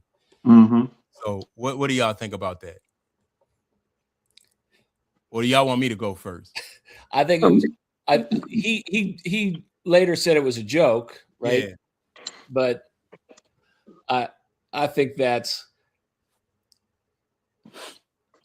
it was a little over the top to try and make the comparison, because he's highlighting the world versus the US is what he's doing. Mm-hmm. But I think for comedic value, it had a little bit of comedic value. Yeah. But I think it's way too over the top, and in the divisive nature of the world today, I think that feels a little regressive in its comedy. Yeah, I did too. I thought that now even to suggest that, right, it just to me points out like how, like you said, how divisive this country is right now, right? But if you think about Magic Johnson, Larry Bird, when they came into the league, the divisiveness that caused between Boston and LA, right? The NBA used that to grow that divisiveness. Yes. Then you fast forward to the Caitlin Clark, Angel Reese situation, right? That those two fan bases, that caused a lot of friction between those fan bases. And I think for professional sports to think that that's the only way that they can grow, I just think that's I just think you're selling yourself short when all you have to do is just put a good product out there on the court. You don't have to resort to these type of, divisive tactics in order to grow your sport or bring attention to your comment. I just thought it was just, Well, go ahead, Tom. No, I was just gonna say, especially in today's climate. You know what I'm saying? It's right. irresponsible, man, to make a statement like that. You know what I mean? You know what I mean? Considering today's climate, you know what I mean, with everything that's going on. You know what I'm saying? But go ahead though, Clay. No, I agree with you guys.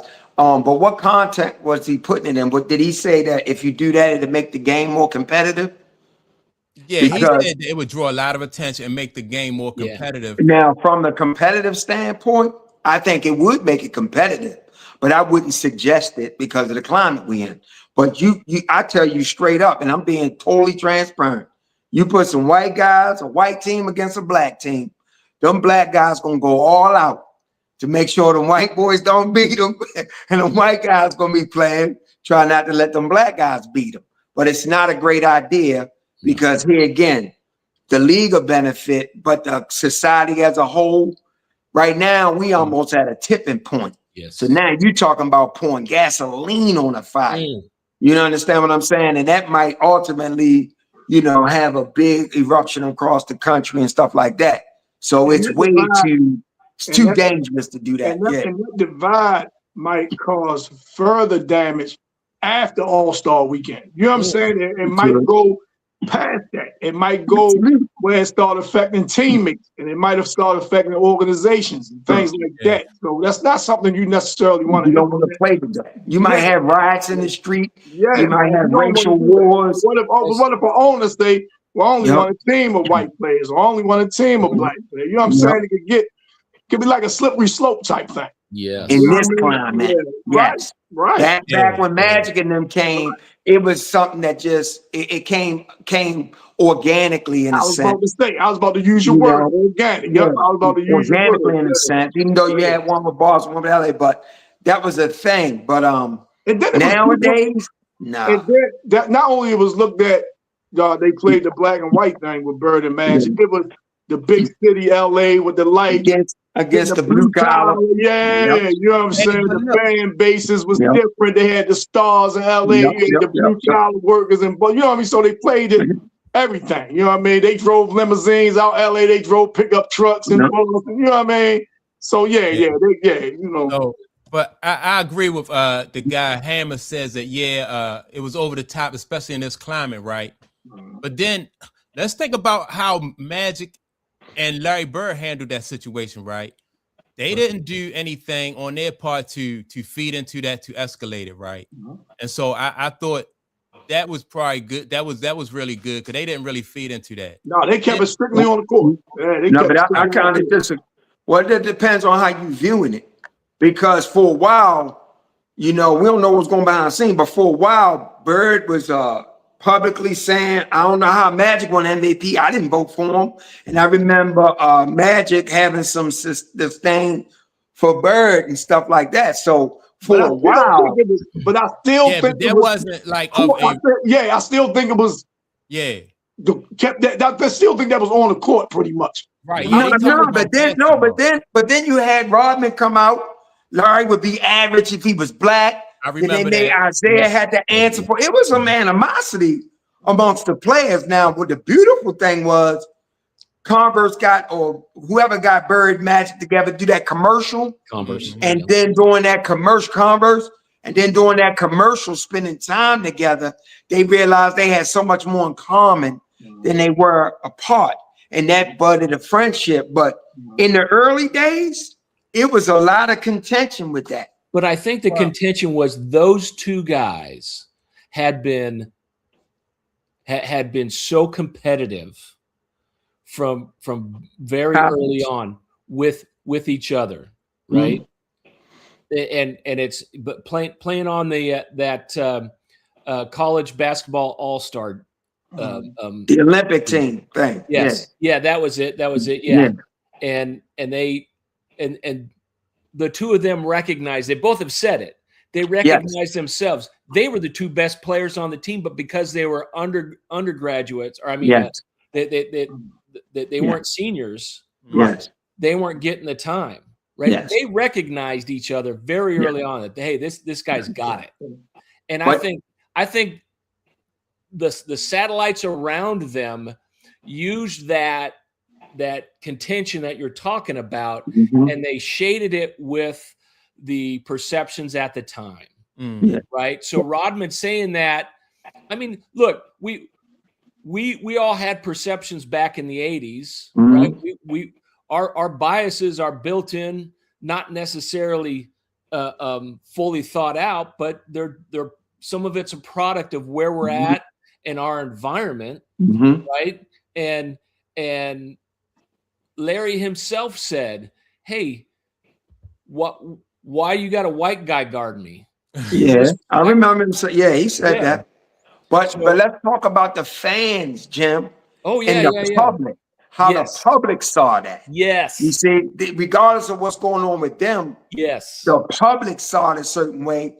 You had Magic getting death threats when he go to Boston, and you Yes. had so all I'm saying is in this climate now, people are more prone to act on this stuff even more, Oh, than back in the day. That's all I'm saying. But you're right, though.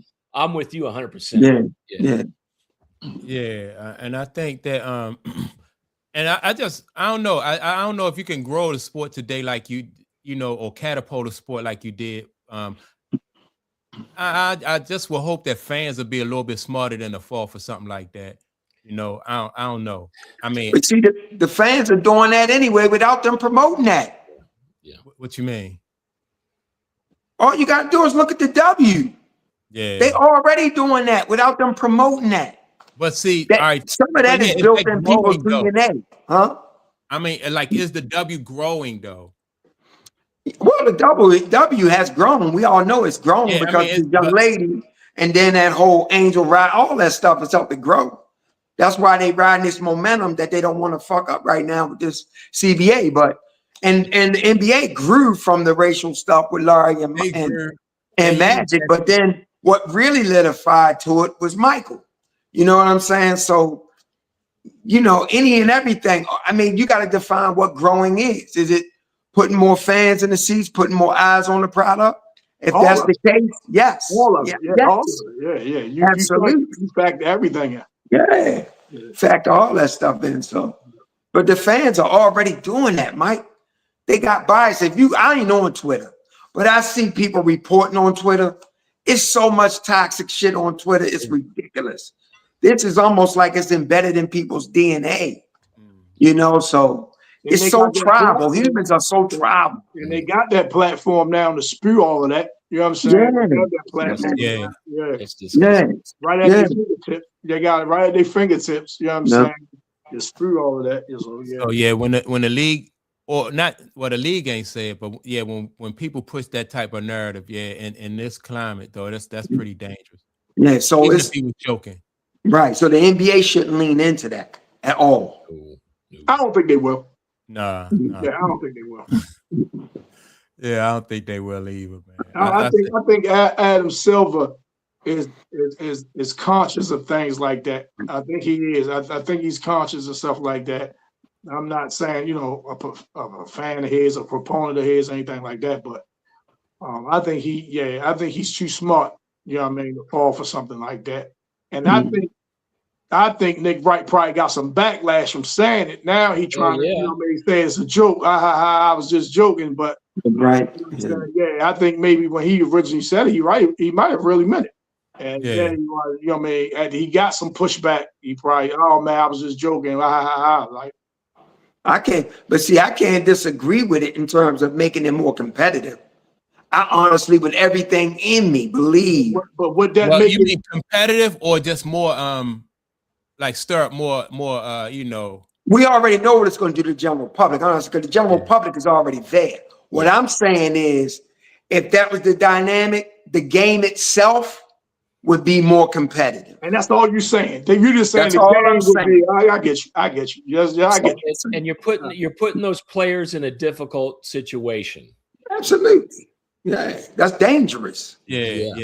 So look, let me ask y'all this then, right? Because Hammers, let me see, 4868 says the NBA should get more competitive like it did before player empowerment era. And see, that's, you know, like I agree with that. Before in player empowerment, number one, like I said, when you go to player empowerment, it puts too much on like you should be as a player focused on being the best basketball player you can be. You don't want to be the coach or the manager or the GM and stuff like that. I think that take away from what you do on the court, you know. So what y'all think about that though? I think one of the reasons the NFL is so competitive is because it ain't no whole lot of guaranteed stuff. Like they got to work for their money. And I think the NBA player empowerment, yes, that's definitely put it on the decline. But these huge salaries, they get boatloads and boatloads of money, and they don't have to do nothing to get it. Are You you, know? I'm asking, are any of y'all against player empowerment? Are any of y'all against it? I can't say Um, that I am. No. like I'm, with playing, I just want players to be able to, all right, control your own destiny, right? But like if you get to you like make it like as far as like making personnel changes and firing coaches and stuff like that, that's when I think you get into you on thin ice as a player when you do stuff like that. You know, because that is not your as a player, that's not your expertise. You know, Mhm. so I agree yeah, I with mean, that. yeah, make your own decisions. Yeah, you know, Yeah, you make I your own want that decision part. for your career, but not for the Right? Yeah, team. yeah, yeah. Yeah.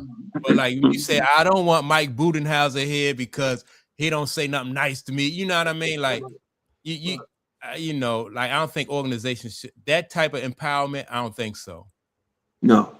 But I think the contract should change. I think the way they pay these players should change because all of it's great. All Yeah, of it's changing your life. All of it is wealth. what you would change, Clay? What would you change? You just got to make it more incentive based, man. You got to put some or incentive in it. incentive base. Yeah. Yeah, I just think Clayton. I think though, like I said earlier, I think when you had so much competition that you know, like, and it's the same thing in football. Like you don't know if you're not LeBron James, you don't know if you're gonna be on the team next year because you know you always competing for your spot. You got rookies coming in every year. And Every then Clayton, to go by your incentive-based thing, we were Mhm. just talking about it. What if you have a coach and you're in the doghouse? So you're not really getting the opportunity to hit your incentives, things like that. You know what I'm saying? Where Well, that could be an issue. You know what I mean? that'll be one of the things you wouldn't allow yourself to be in the doghouse. You would follow team rules.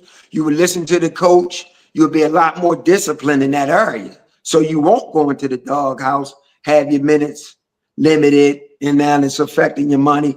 But I that's can never, I can't never see a situation where you got a generational player like a LeBron and so forth and so on, where they ever have to worry about their position. yeah, I yeah. just can't And see see, that. Yeah. I'm not. And No, I'm we're not not talking about talking them. about I know LeBron. you're We not, ain't Sean. talking about.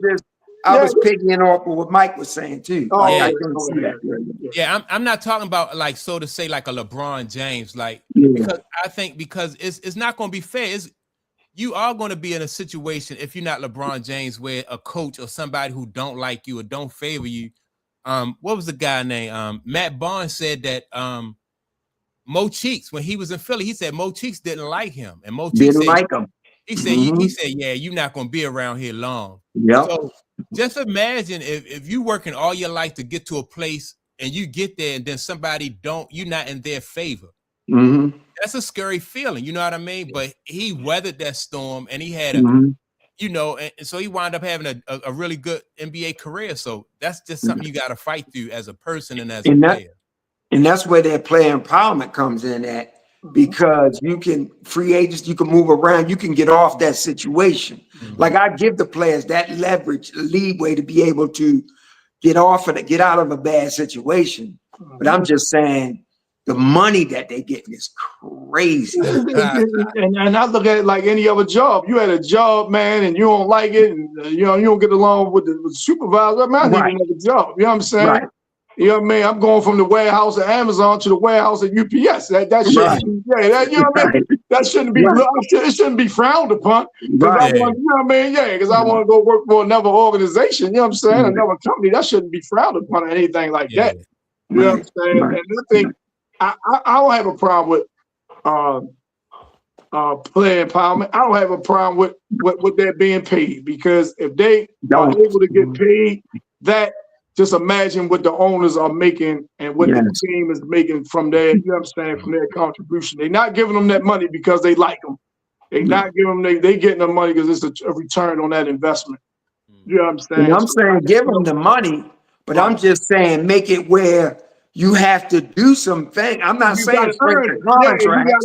Yeah, you gotta earn it. I'm saying I feel that. I ain't got a problem with that. I ain't got a problem with it. You know what I mean? Make them earn it. You know what I mean? But like I say, see, then there's a thin line, like you say, with Matt Barnes and Mo Cheeks. And I've heard Kenny Martin talk about the dude George Carl over in Denver and things like that, that they really just didn't get along. Kenny Martin said, man, it was a couple times, man, he wanted to punch him. He said one time it was a halftime halftime, and he was in there saying something, being real disrespectful. George Carl, I'm talking about. And Kenyon Martin jumped up, got in his face, or whatever the F. So you have things like that going on. And you're like, man, how can you thrive in a situation like that and get the best out of a player if it's that much tension and friction going on? So, you know, man, but yeah, you know, they handle over obscene amounts of money, though. But that goes to my point is like, just even a professional athlete, or if you are a father and a husband, you got to think your way through those type of situations, right? And grow from those situations. Kenyon Martin, he ain't punched George Karl, you know what I mean? He went on to have a really good NBA career, you know. So you just gotta, you might not think it's fair at the time when stuff like that happened to you, but you gotta work your way through those situations. And you get your agent on the phone and you work close with your agent. Yeah. Mm-hmm. Get me out of here. The last thing you want to do is put your hands around PJ's throat. Exactly. yeah. Cause you see how that worked out pretty well. Yeah.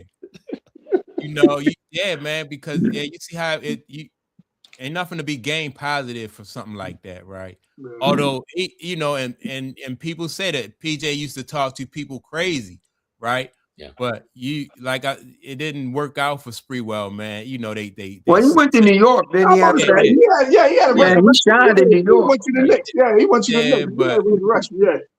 They went to the finals and everything. Yeah, they went to the finals. But just imagine, you right now, you could have a job, you know, on TV somewhere doing, you know, be an analyst or something like that, you know. You never know where that stuff come back. You got Kenyon Martin, he on TV. He didn't like George Karl. Carmelo is on, you know, he got his own show, you know, so it depends, you know, how you handle those situations. But let me read this comment by Hammers, man. He's been participating in this conversation. He said, Kobe challenged LeBron at the All-Star game 13 years ago, and LeBron punked out passing the ball. That set a bad precedent. Then team hopping to evade competition set a bad precedent too. Let me go first, please. Let me go. Let me go. Hey, Clay, let me go. That's your boy. Yeah, let me go first, man. You know what I'm saying? So it set a bad precedent that he ain't go at Kobe in the All-Star game, right? Okay. I want to see him go at Kobe too, right? No problem. Then talk about team hopping set a bad precedent. LeBron was the first one to start this ever, right? Apparently, right? He was the first one to ever start this, right? No one gets on. See, just we come back to the player empowerment. No one talk bad about Garnett. No one talk about getting traded from Minnesota to Boston because Diesel and Kobe ran his ass out of the Western Conference. He couldn't beat him. No one talks about that because that was a trade, right? Yeah. So the organization said, we got to get rid of you because you can't beat Kobe and Shaq. So that's fine. But as soon as I say, or LeBron in this point, man, I got to go somewhere and get some help because I can't beat Boston. So let me go down here and team up with Dwayne Wade and Chris Bosh so we can go back and fight them dudes and win. He gets killed for that, right? Man, this been going on for a while. Listen, we just said Steph, he don't get no smoke. They always put it on Draymond. He called KD from the parking lot. You think Steph ain't know nothing about it? You think Steph ain't say, yeah, give him a call? You ain't think Steph say, yeah, I'm on board, see if you can get KD. But he avoids all of that. You know what I'm saying? Because like I say, he the choir boy. So he has no way, you know what I mean? He was just sitting in the corner. KD just showed up and he was like, all right, come on, let's go play. Fuck out of here with that. All that narrative was bullshit all the way. Ain't no way you that important. Talk about Steph. No way you that important and you ain't got no say in that. They did that because he knew they couldn't beat LeBron in that Cleveland team without KD. They knew that. They couldn't beat him without KD. So they went and got him. And I don't have a problem with none of this across the board. I ain't have a problem with Garnett getting away from Kobe and Diesel going to Boston. I got to get away from these guys so I can win. I ain't have a problem with LeBron going to Miami. I ain't have a problem with KD going to Golden State. Let them guys go match skills and play ball, man. I don't get caught up to, oh, man, it's an unfair man. Man, he wouldn't play. No, go out there and beat him. Go out there and beat them. You know what I'm saying? That's how I look at it. I got one question for you, Tom. Are we sure that Minnesota traded Garnett because Garnett said I can't beat Kobe and them, or was Minnesota realizing the team they had currently, as it was assembled, couldn't really win a championship, so they traded to get pieces to try to rebuild? No, I'm not sure of that at all, right? Okay. I'm not sure. And that could have been the case, right? Yeah. That actually could have been the case. Because Garnett spent his whole career in Minnesota. Yeah. And then take You out know. the fact that McHale and Danny Ainge homeboys. Take that out, right? Right. You give me a solid, you know what I mean? There's some bad shit going on. You know what I'm saying? Right. Yes, Right. Benny Garnett. I'm gonna send you Al Harrington and all that. Fuck Right, out of here, right. man. You know what I mean? I'm gonna send him over there because we ain't gonna beat Kobe and Diesel anyway. So let Right. us get some young pieces in here. Let's get them rebuilt. Right. Very well been that, right? So in fairness to KG, No. you know what I'm saying? Never fair to him. know, No, never fair to him. They were gonna I can see that, huh? they were gonna lose Kevin to free agency anyway. Anyway, so they trade to get So something. they traded. sense. to get So they some was back gonna because leave. they needed to rebuild. So in Okay. other words, Kevin Garnett was gonna leave. Yes. Okay. Just like LeBron. Well, didn't Right. he get a comp? But he stayed. How many years was he in Minnesota though? I don't know. I know they was losing. That's all. Yeah, I know, was but he like was in there for a lot of years, double Yeah. digit years, right? Yeah. Yeah, No, yeah, I think you're right. maybe about 9, 10, something like that. Eight, Yeah. 8 to 10 is what I'm 8-9 thinking. years. Yeah. Yeah. Yeah. So he signed another contract with them. Yeah. Right. So I'm in fairness to KG, but I get it. But that's why the narrative is like it is, because LeBron, he beat the Celtics, not the big three, but he beat the Celtics, went to the finals with Cleveland and lost. But they got over that hump to something. Now they loaded up. But LeBron was like, I'm taking my talents to South Beach. He was so boisterous about it. You know what I mean? You don't really Now- like in a press conference and saying Right. And in defense of LeBron, though, in defense of him, he got caught up in the narrative, just like all of America and all these players and everybody, these podcasts and all this about rings. You ain't a great player unless you get rings. He got caught up in that too. So I can't blame these guys for running to places and situations when they're going to get a ring if they're caught up in that whole narrative that I got to get a ring in order to cement my legacy. I can't blame them because they caught up. They brainwashed by that thought.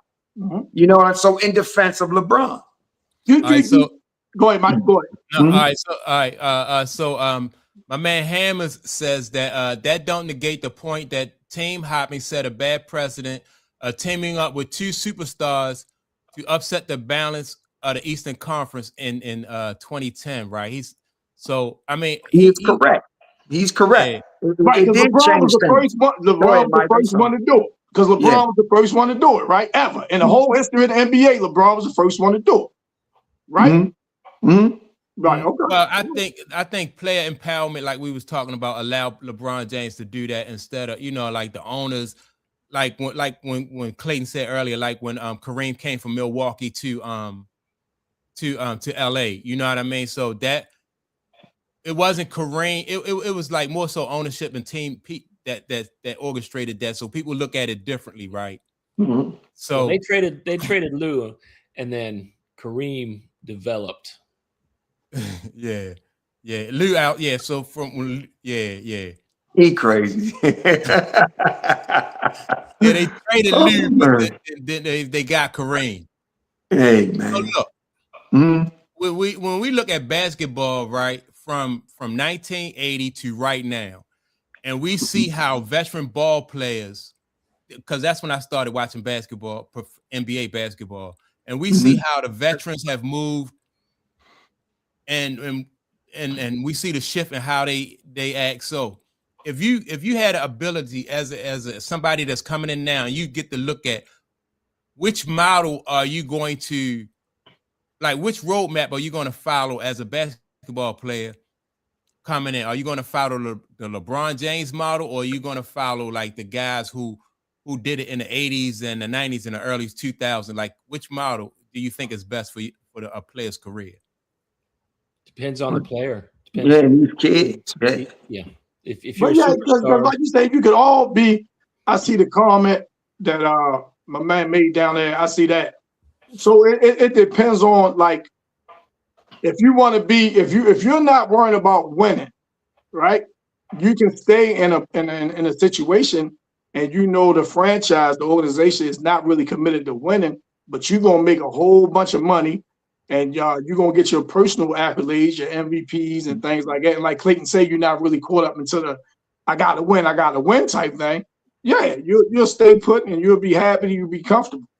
But then you know what I mean, the player who like, man, I gotta win because I want to solidify my legacy. I want them to say when they attach anything to my name, I want them to say 2-time champion or you know what I mean, 3-time champion.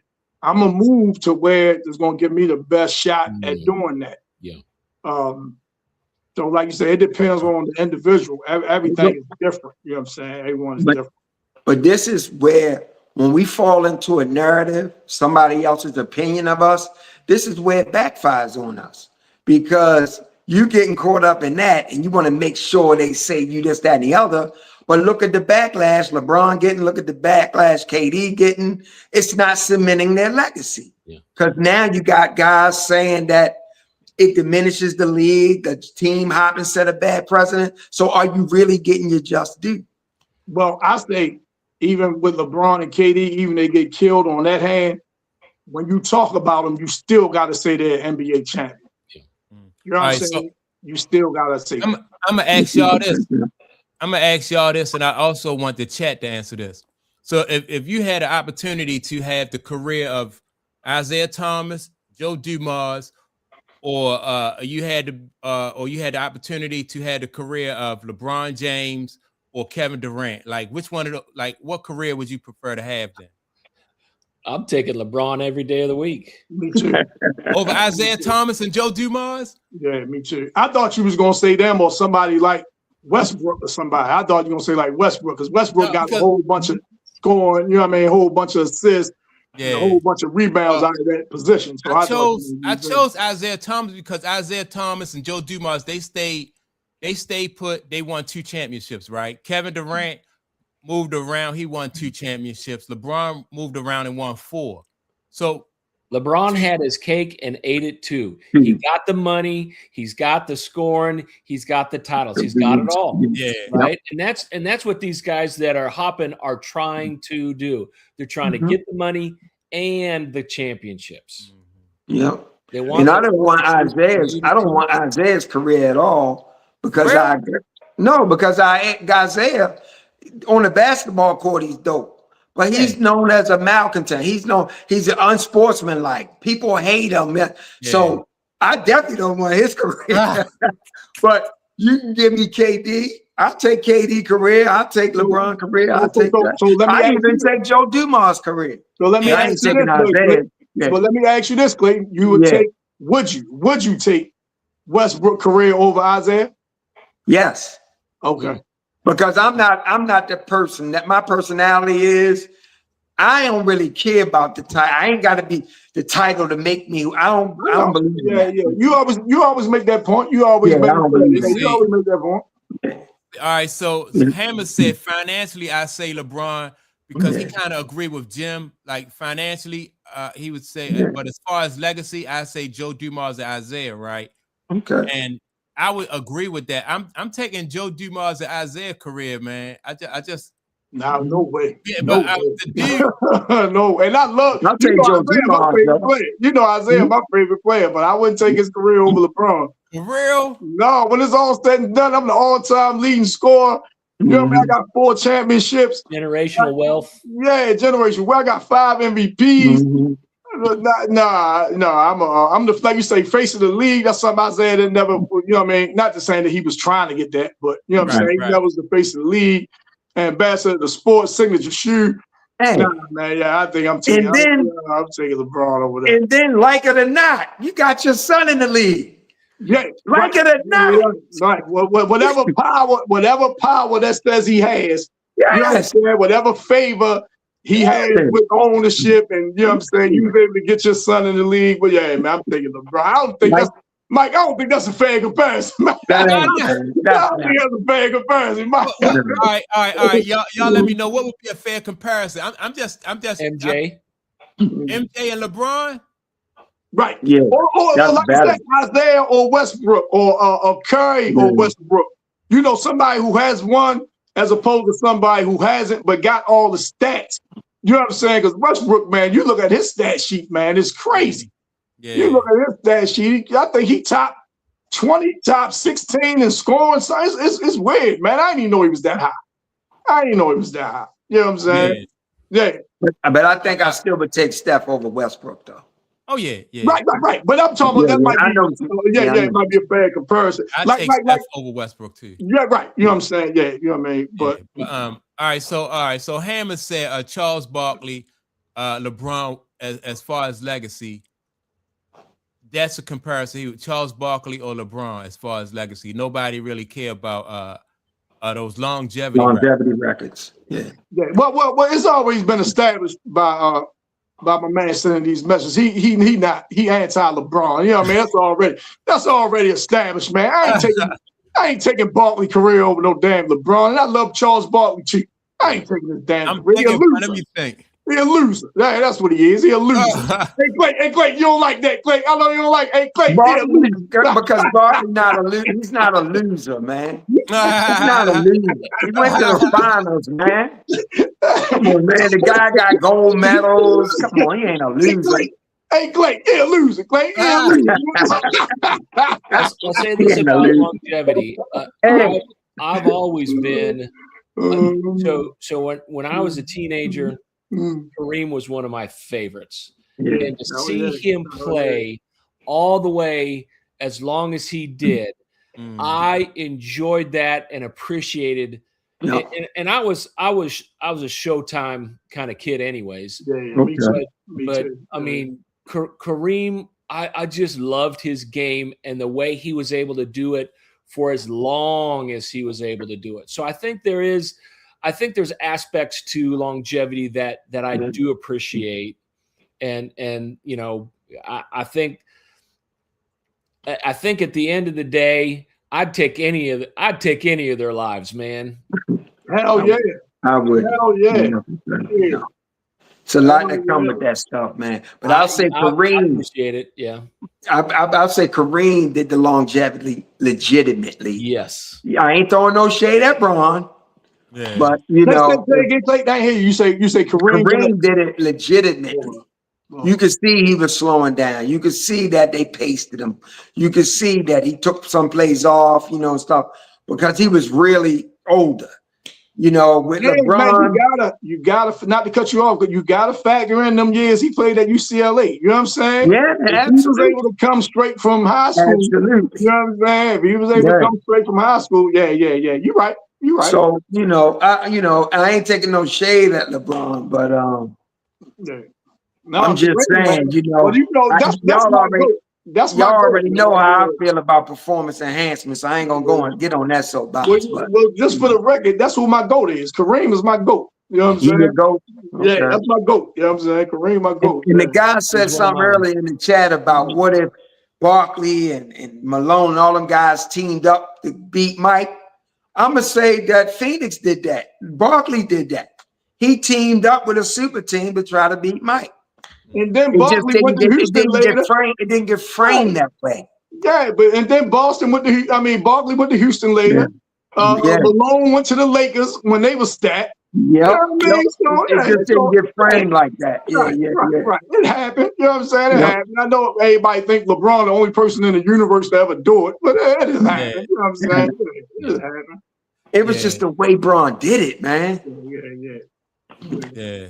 And maybe, I don't know, maybe it has something to do with this social media age too, though. You know what I mean? Because we got so many people able to comment and let you know how they feel on it. You know, when LeBron James first moved to Miami, you know, that's when, I don't know, it didn't hit as hard then. It just caught momentum though as this social media age grew.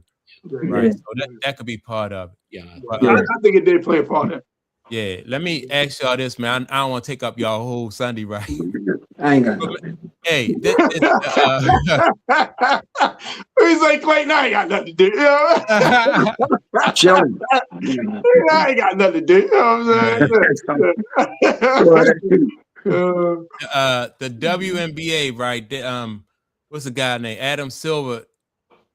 He not really reacting to anything that the players, like their offers or anything. And it seemed like with him, it's either, y'all accept the offer that's on the table, or, either you do or you don't. And we're going to move ahead. That was his last statement. Like, we still going to expand as planned.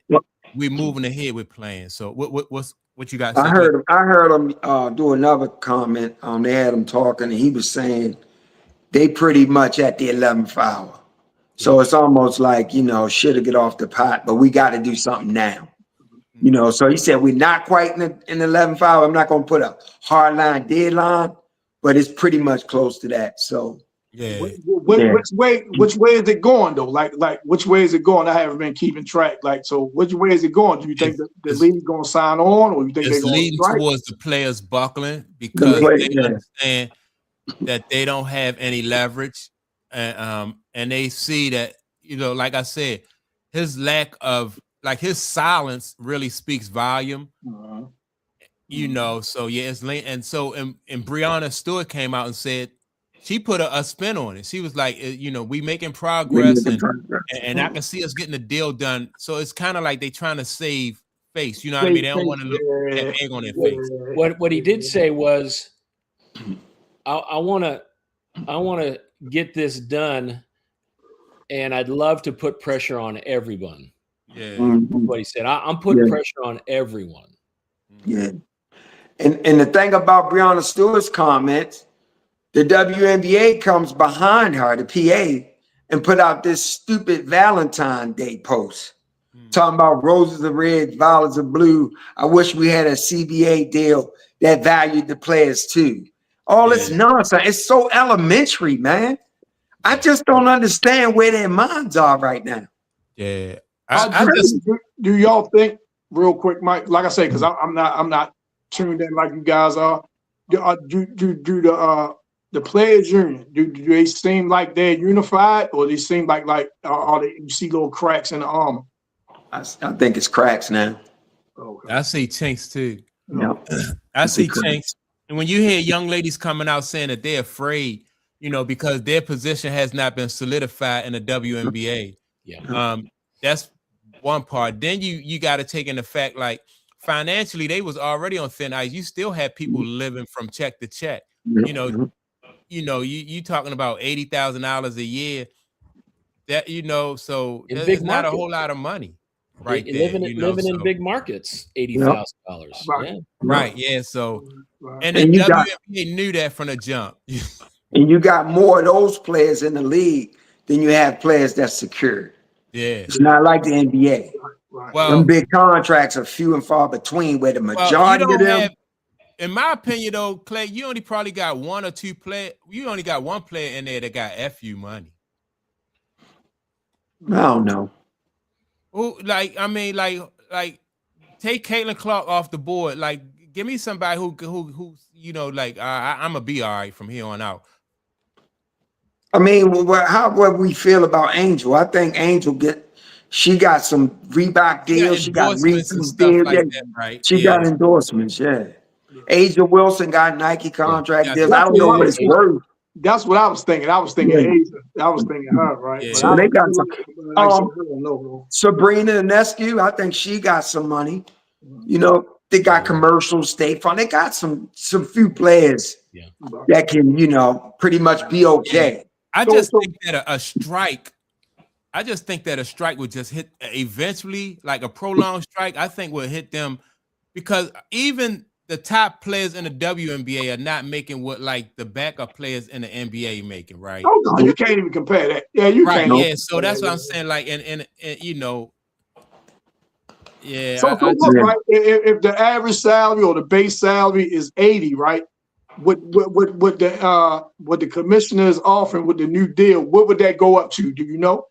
Yeah, it's like a couple $100,000. I think it's like $200,000 or $300,000. Yeah. will For be real?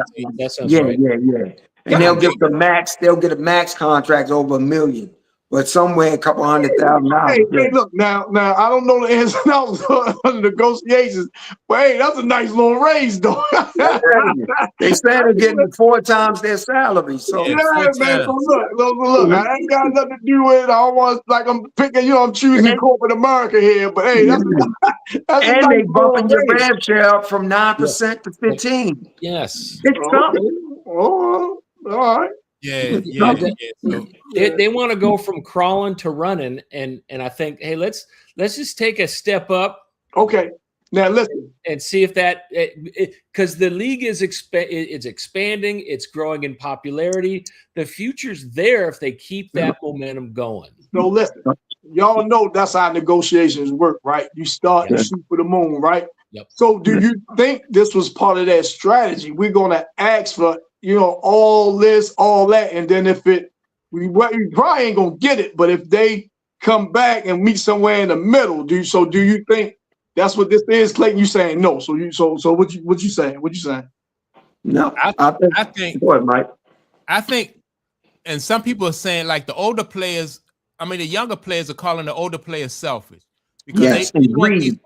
the older player. Yeah, Yep. you're right, greedy, right? Yep. Because the older players know that the money is getting ready to hit. You got the league expanding, and like Jim said, they want to go, they want to run, but the older players are like, we get ready to miss that money.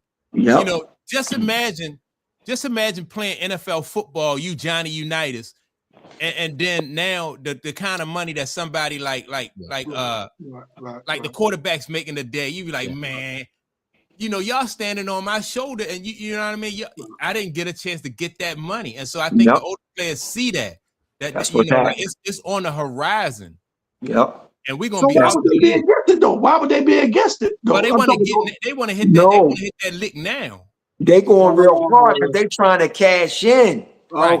Okay. You understand? That ain't enough for them. They want to get that money where the younger players get a little bump, but then a couple years there when it's up again, they're gonna get a little more. Them other guys are gone. Yeah. I got you. Yeah. So the younger players be like, all right, we'll take this. We're not satisfied with it, Right, but we'll take it. Right. We'll continue to grow the league, and then next time around with the We get even more. So this another thing. How long is this new CBA? How long is it? Years? They haven't agreed to terms yet. So you don't know what the offer is like years, because some of them be long, man. Some of them be like 10 years and stuff, man. Yeah. So that's probably negotiated as well. How long? Right. And now from the players, I don't sign no 10-year deal. Yeah, because you want to come back to the table sooner. I'm coming back to the table soon. Yeah. That's right. I might say let's do 3 years. Huh? All right. And I was going to ask you how many years you suggest. I would say let's do 3 years and then we come back. Yeah. I would say at least 5. I mean the most 5. I would say the most 5. Yeah, and then come back. Yeah. That's right. Yeah. So yeah, man. It's crazy. So look, right? I don't know if y'all heard. I'm pivoting to. You wanted to add something, Jim? I'm about to pivot to football real quick. No. I was just gonna say that there could be a danger in that, because what if the trajectory starts to go back down? That's all I'm gonna say. Right? I mean, you said that could be a danger. Taking a short deal. I don't think it's gonna happen, but that 3-year, let's say they do the 3-year, but then the popularity kind of starts leveling off. Then they've kind of shot themselves in the foot. It's a crapshoot no matter what. So what do you think they do if not 3? I don't know. I don't know what the answer is. Because I mean, I just think as long as they got Caitlin, that ain't happening. Yeah, I think you're right. And if they talk about growing, you know what I'm saying? Yeah, they might. Yeah. And not even Caitlin. You got Paige, Caitlin, all these young stars. Juju coming in. Yeah, Juju coming in, Hannah, Derek, all them. I think the future looks good. Yeah. But go ahead, Tom. No. Let's talk football. I wanted this new coach down there in Jacksonville. Jacksonville had a hell of a turnaround this year. Yes. And he said Travis Hunter is going to be a primary defensive back, and he's going to platoon part-time receiver. I like that. You know what I'm saying? Right. They say, but he's going to be, defensive back primarily, and then they might, you know what I'm saying? I ain't gonna say might, but then he say, do receiver pretty much here and there, right? And I wanted to ask, ask y'all, do y'all think that's a good? Because they coming off a good season and things like that. And Without maybe, and maybe right, and maybe the coach say we need more help on the defensive. Bolster your side of the ball. defense. Right. Yes. Right. Yes. I think, and that move right there is probably what saved this Travis Hunter's career. Because he a slight dude. He's not really all that big, and you don't want to beat him up on the offensive end. Taking them shots. Yeah, man. And then taking them put shots. him over on the defensive end and think he's gonna stop somebody. So man, bolster up that defense. Yeah. And the coach sound like he knows what he's doing down there in Jacksonville. Yeah. Because they had a great turnaround. Yeah. So it sounds like he's taking control of his team. Right. And he knows what's best. So I think this was kind of predictable though, because I think we all kind of liked the story of the two-way player in the NFL, but I've always said it's a little gimmicky, and eventually he's gonna end up being one side or the other. And I think everyone was recognized his higher talents on the defense compared to the offense. Yeah.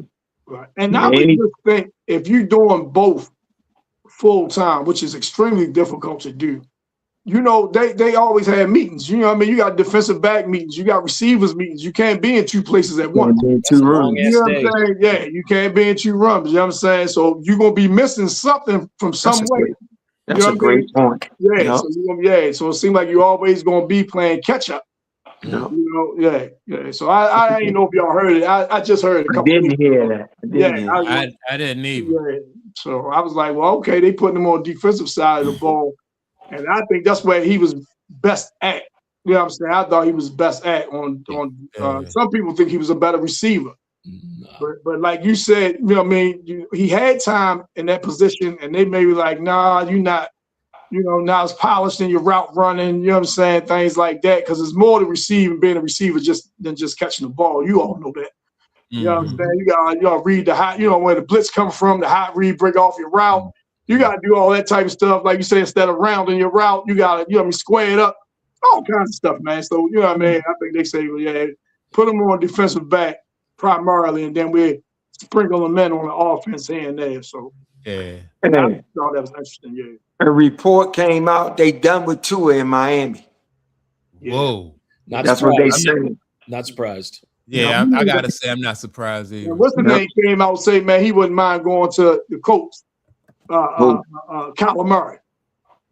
Kyler Murray said he wouldn't mind going to the Colts, right? But if I was the coach, I would. But they ain't got no quarterback right now. But if I was the coach, I wouldn't want to mess with him. Yeah, another report came out that Kyler Murray is through, man. I don't think they. You're not through. You don't think he through? No, I think he threw as a starter. Backup. Yeah, right about to say that, Clayton. I think he threw as a starter. No, I think he threw as a starter. You don't think so? You think go somewhere and start? Yep. As long as he helps. I think there's enough opportunity. I'm with you, Clayton. Yep. And I'm gonna say this, man. Pittsburgh gonna miss out on that boy Willis, because Green Bay defensive coordinator is the coach down in Miami. You watch Willis go to Miami. Watch out for them. Yep. Facts. Yep. I think he's gonna be a starting quarterback somewhere this year. Yeah, I really do. And how you feel about Joey Porter and them guys and out Ben and Ben and out coach and Joey Porter and out Ben? How you feel about that? I'm glad Joey said that shit. I'm glad. I love that shit. Look, right. I thought of you. Yeah, because you're right. And Joey Porter said this about James Harrison. He said, man, you want to, pay homage to Cowher. Cowher cut you 3 times. Three times he cut you. You know what I'm saying? All that defensive player of the year, all pro, the nickname Debo, all that was under Coach T. You know what I'm saying? You this little motherfucker. Then you talk about Go ahead. And then you talk about Ben. Man, this dude was a horrible teammate. Anytime the team would talk about drafting a backup, they said that dude would throw a hissy fit, man. Yeah. That's why they in the predicament they in now. That's why they in the predicament. Steelers my team, right? Yeah. For the next 3 years, I'm rooting for them to win 4 games. I ain't lying. For the 4 games the next 3 years. And that's my team. I Right, want the motherfucker to go 4-13 the next 3 years. Well, you know what all that showed me? That this bullshit ass narrative everybody trying to make out your quarterback has to be this, that, and the other, a leader, to galvanize the team. People gotta love, people gotta be in one accord on the team. And you had all that dysfunction going on in Pittsburgh, and they still won 2 titles. Yep. You know what I'm saying? With Ben, Yep. they won one with Mike T. Yep. All that shit is bullshit, man. Yep. If Yep. if you get right players, right coaching, right scheme, these guys don't have to get along. They don't have That's to be right. kumbaya. That's You right. gotta do your effing job. That's Yeah. right. Do your job. That's That's right, Clayton. That's right. You absolutely that's right. the That's the Bill Parcells approach Yeah. to football. Mhm. do your job. Do Right. your Tom effing Brady job. and them was clashing.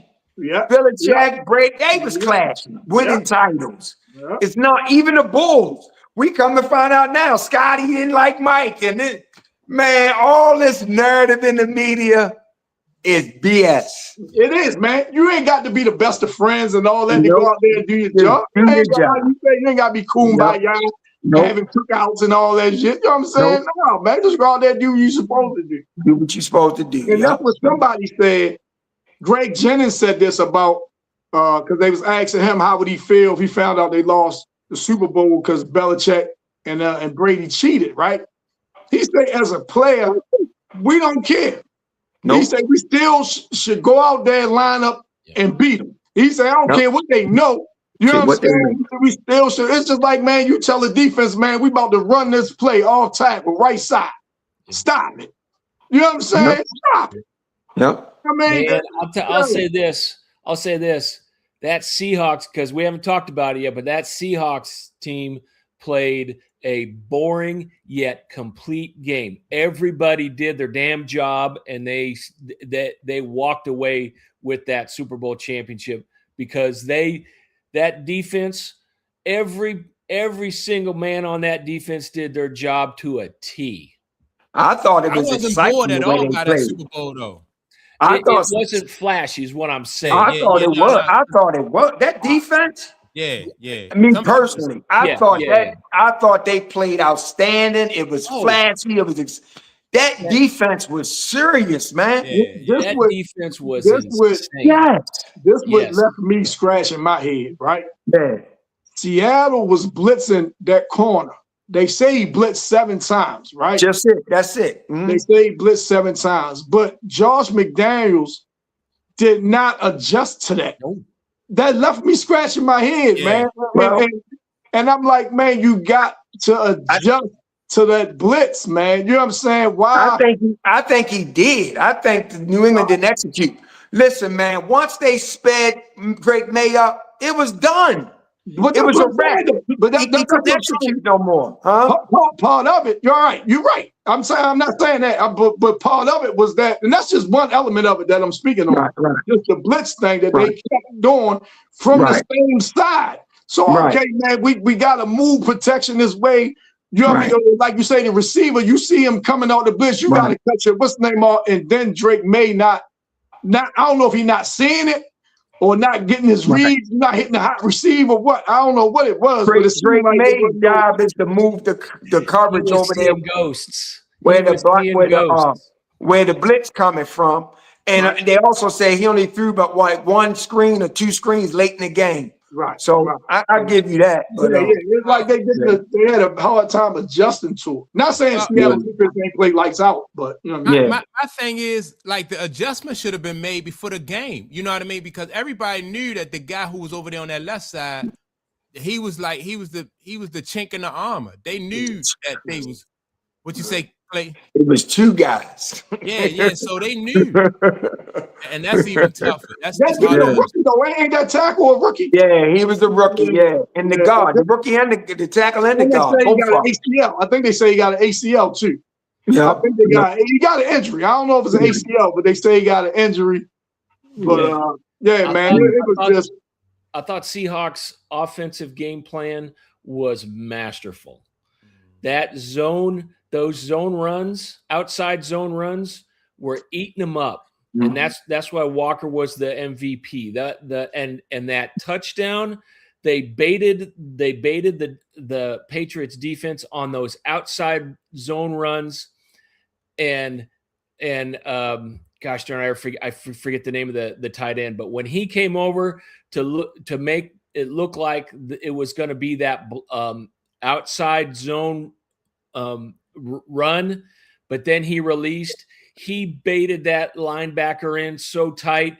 He was wide open for that touchdown. Yeah, he was I mean, done. that I'll game say plan this was too. awesome. Yeah. New England, they made a bad gamble. Yes. It almost paid off early, but it didn't.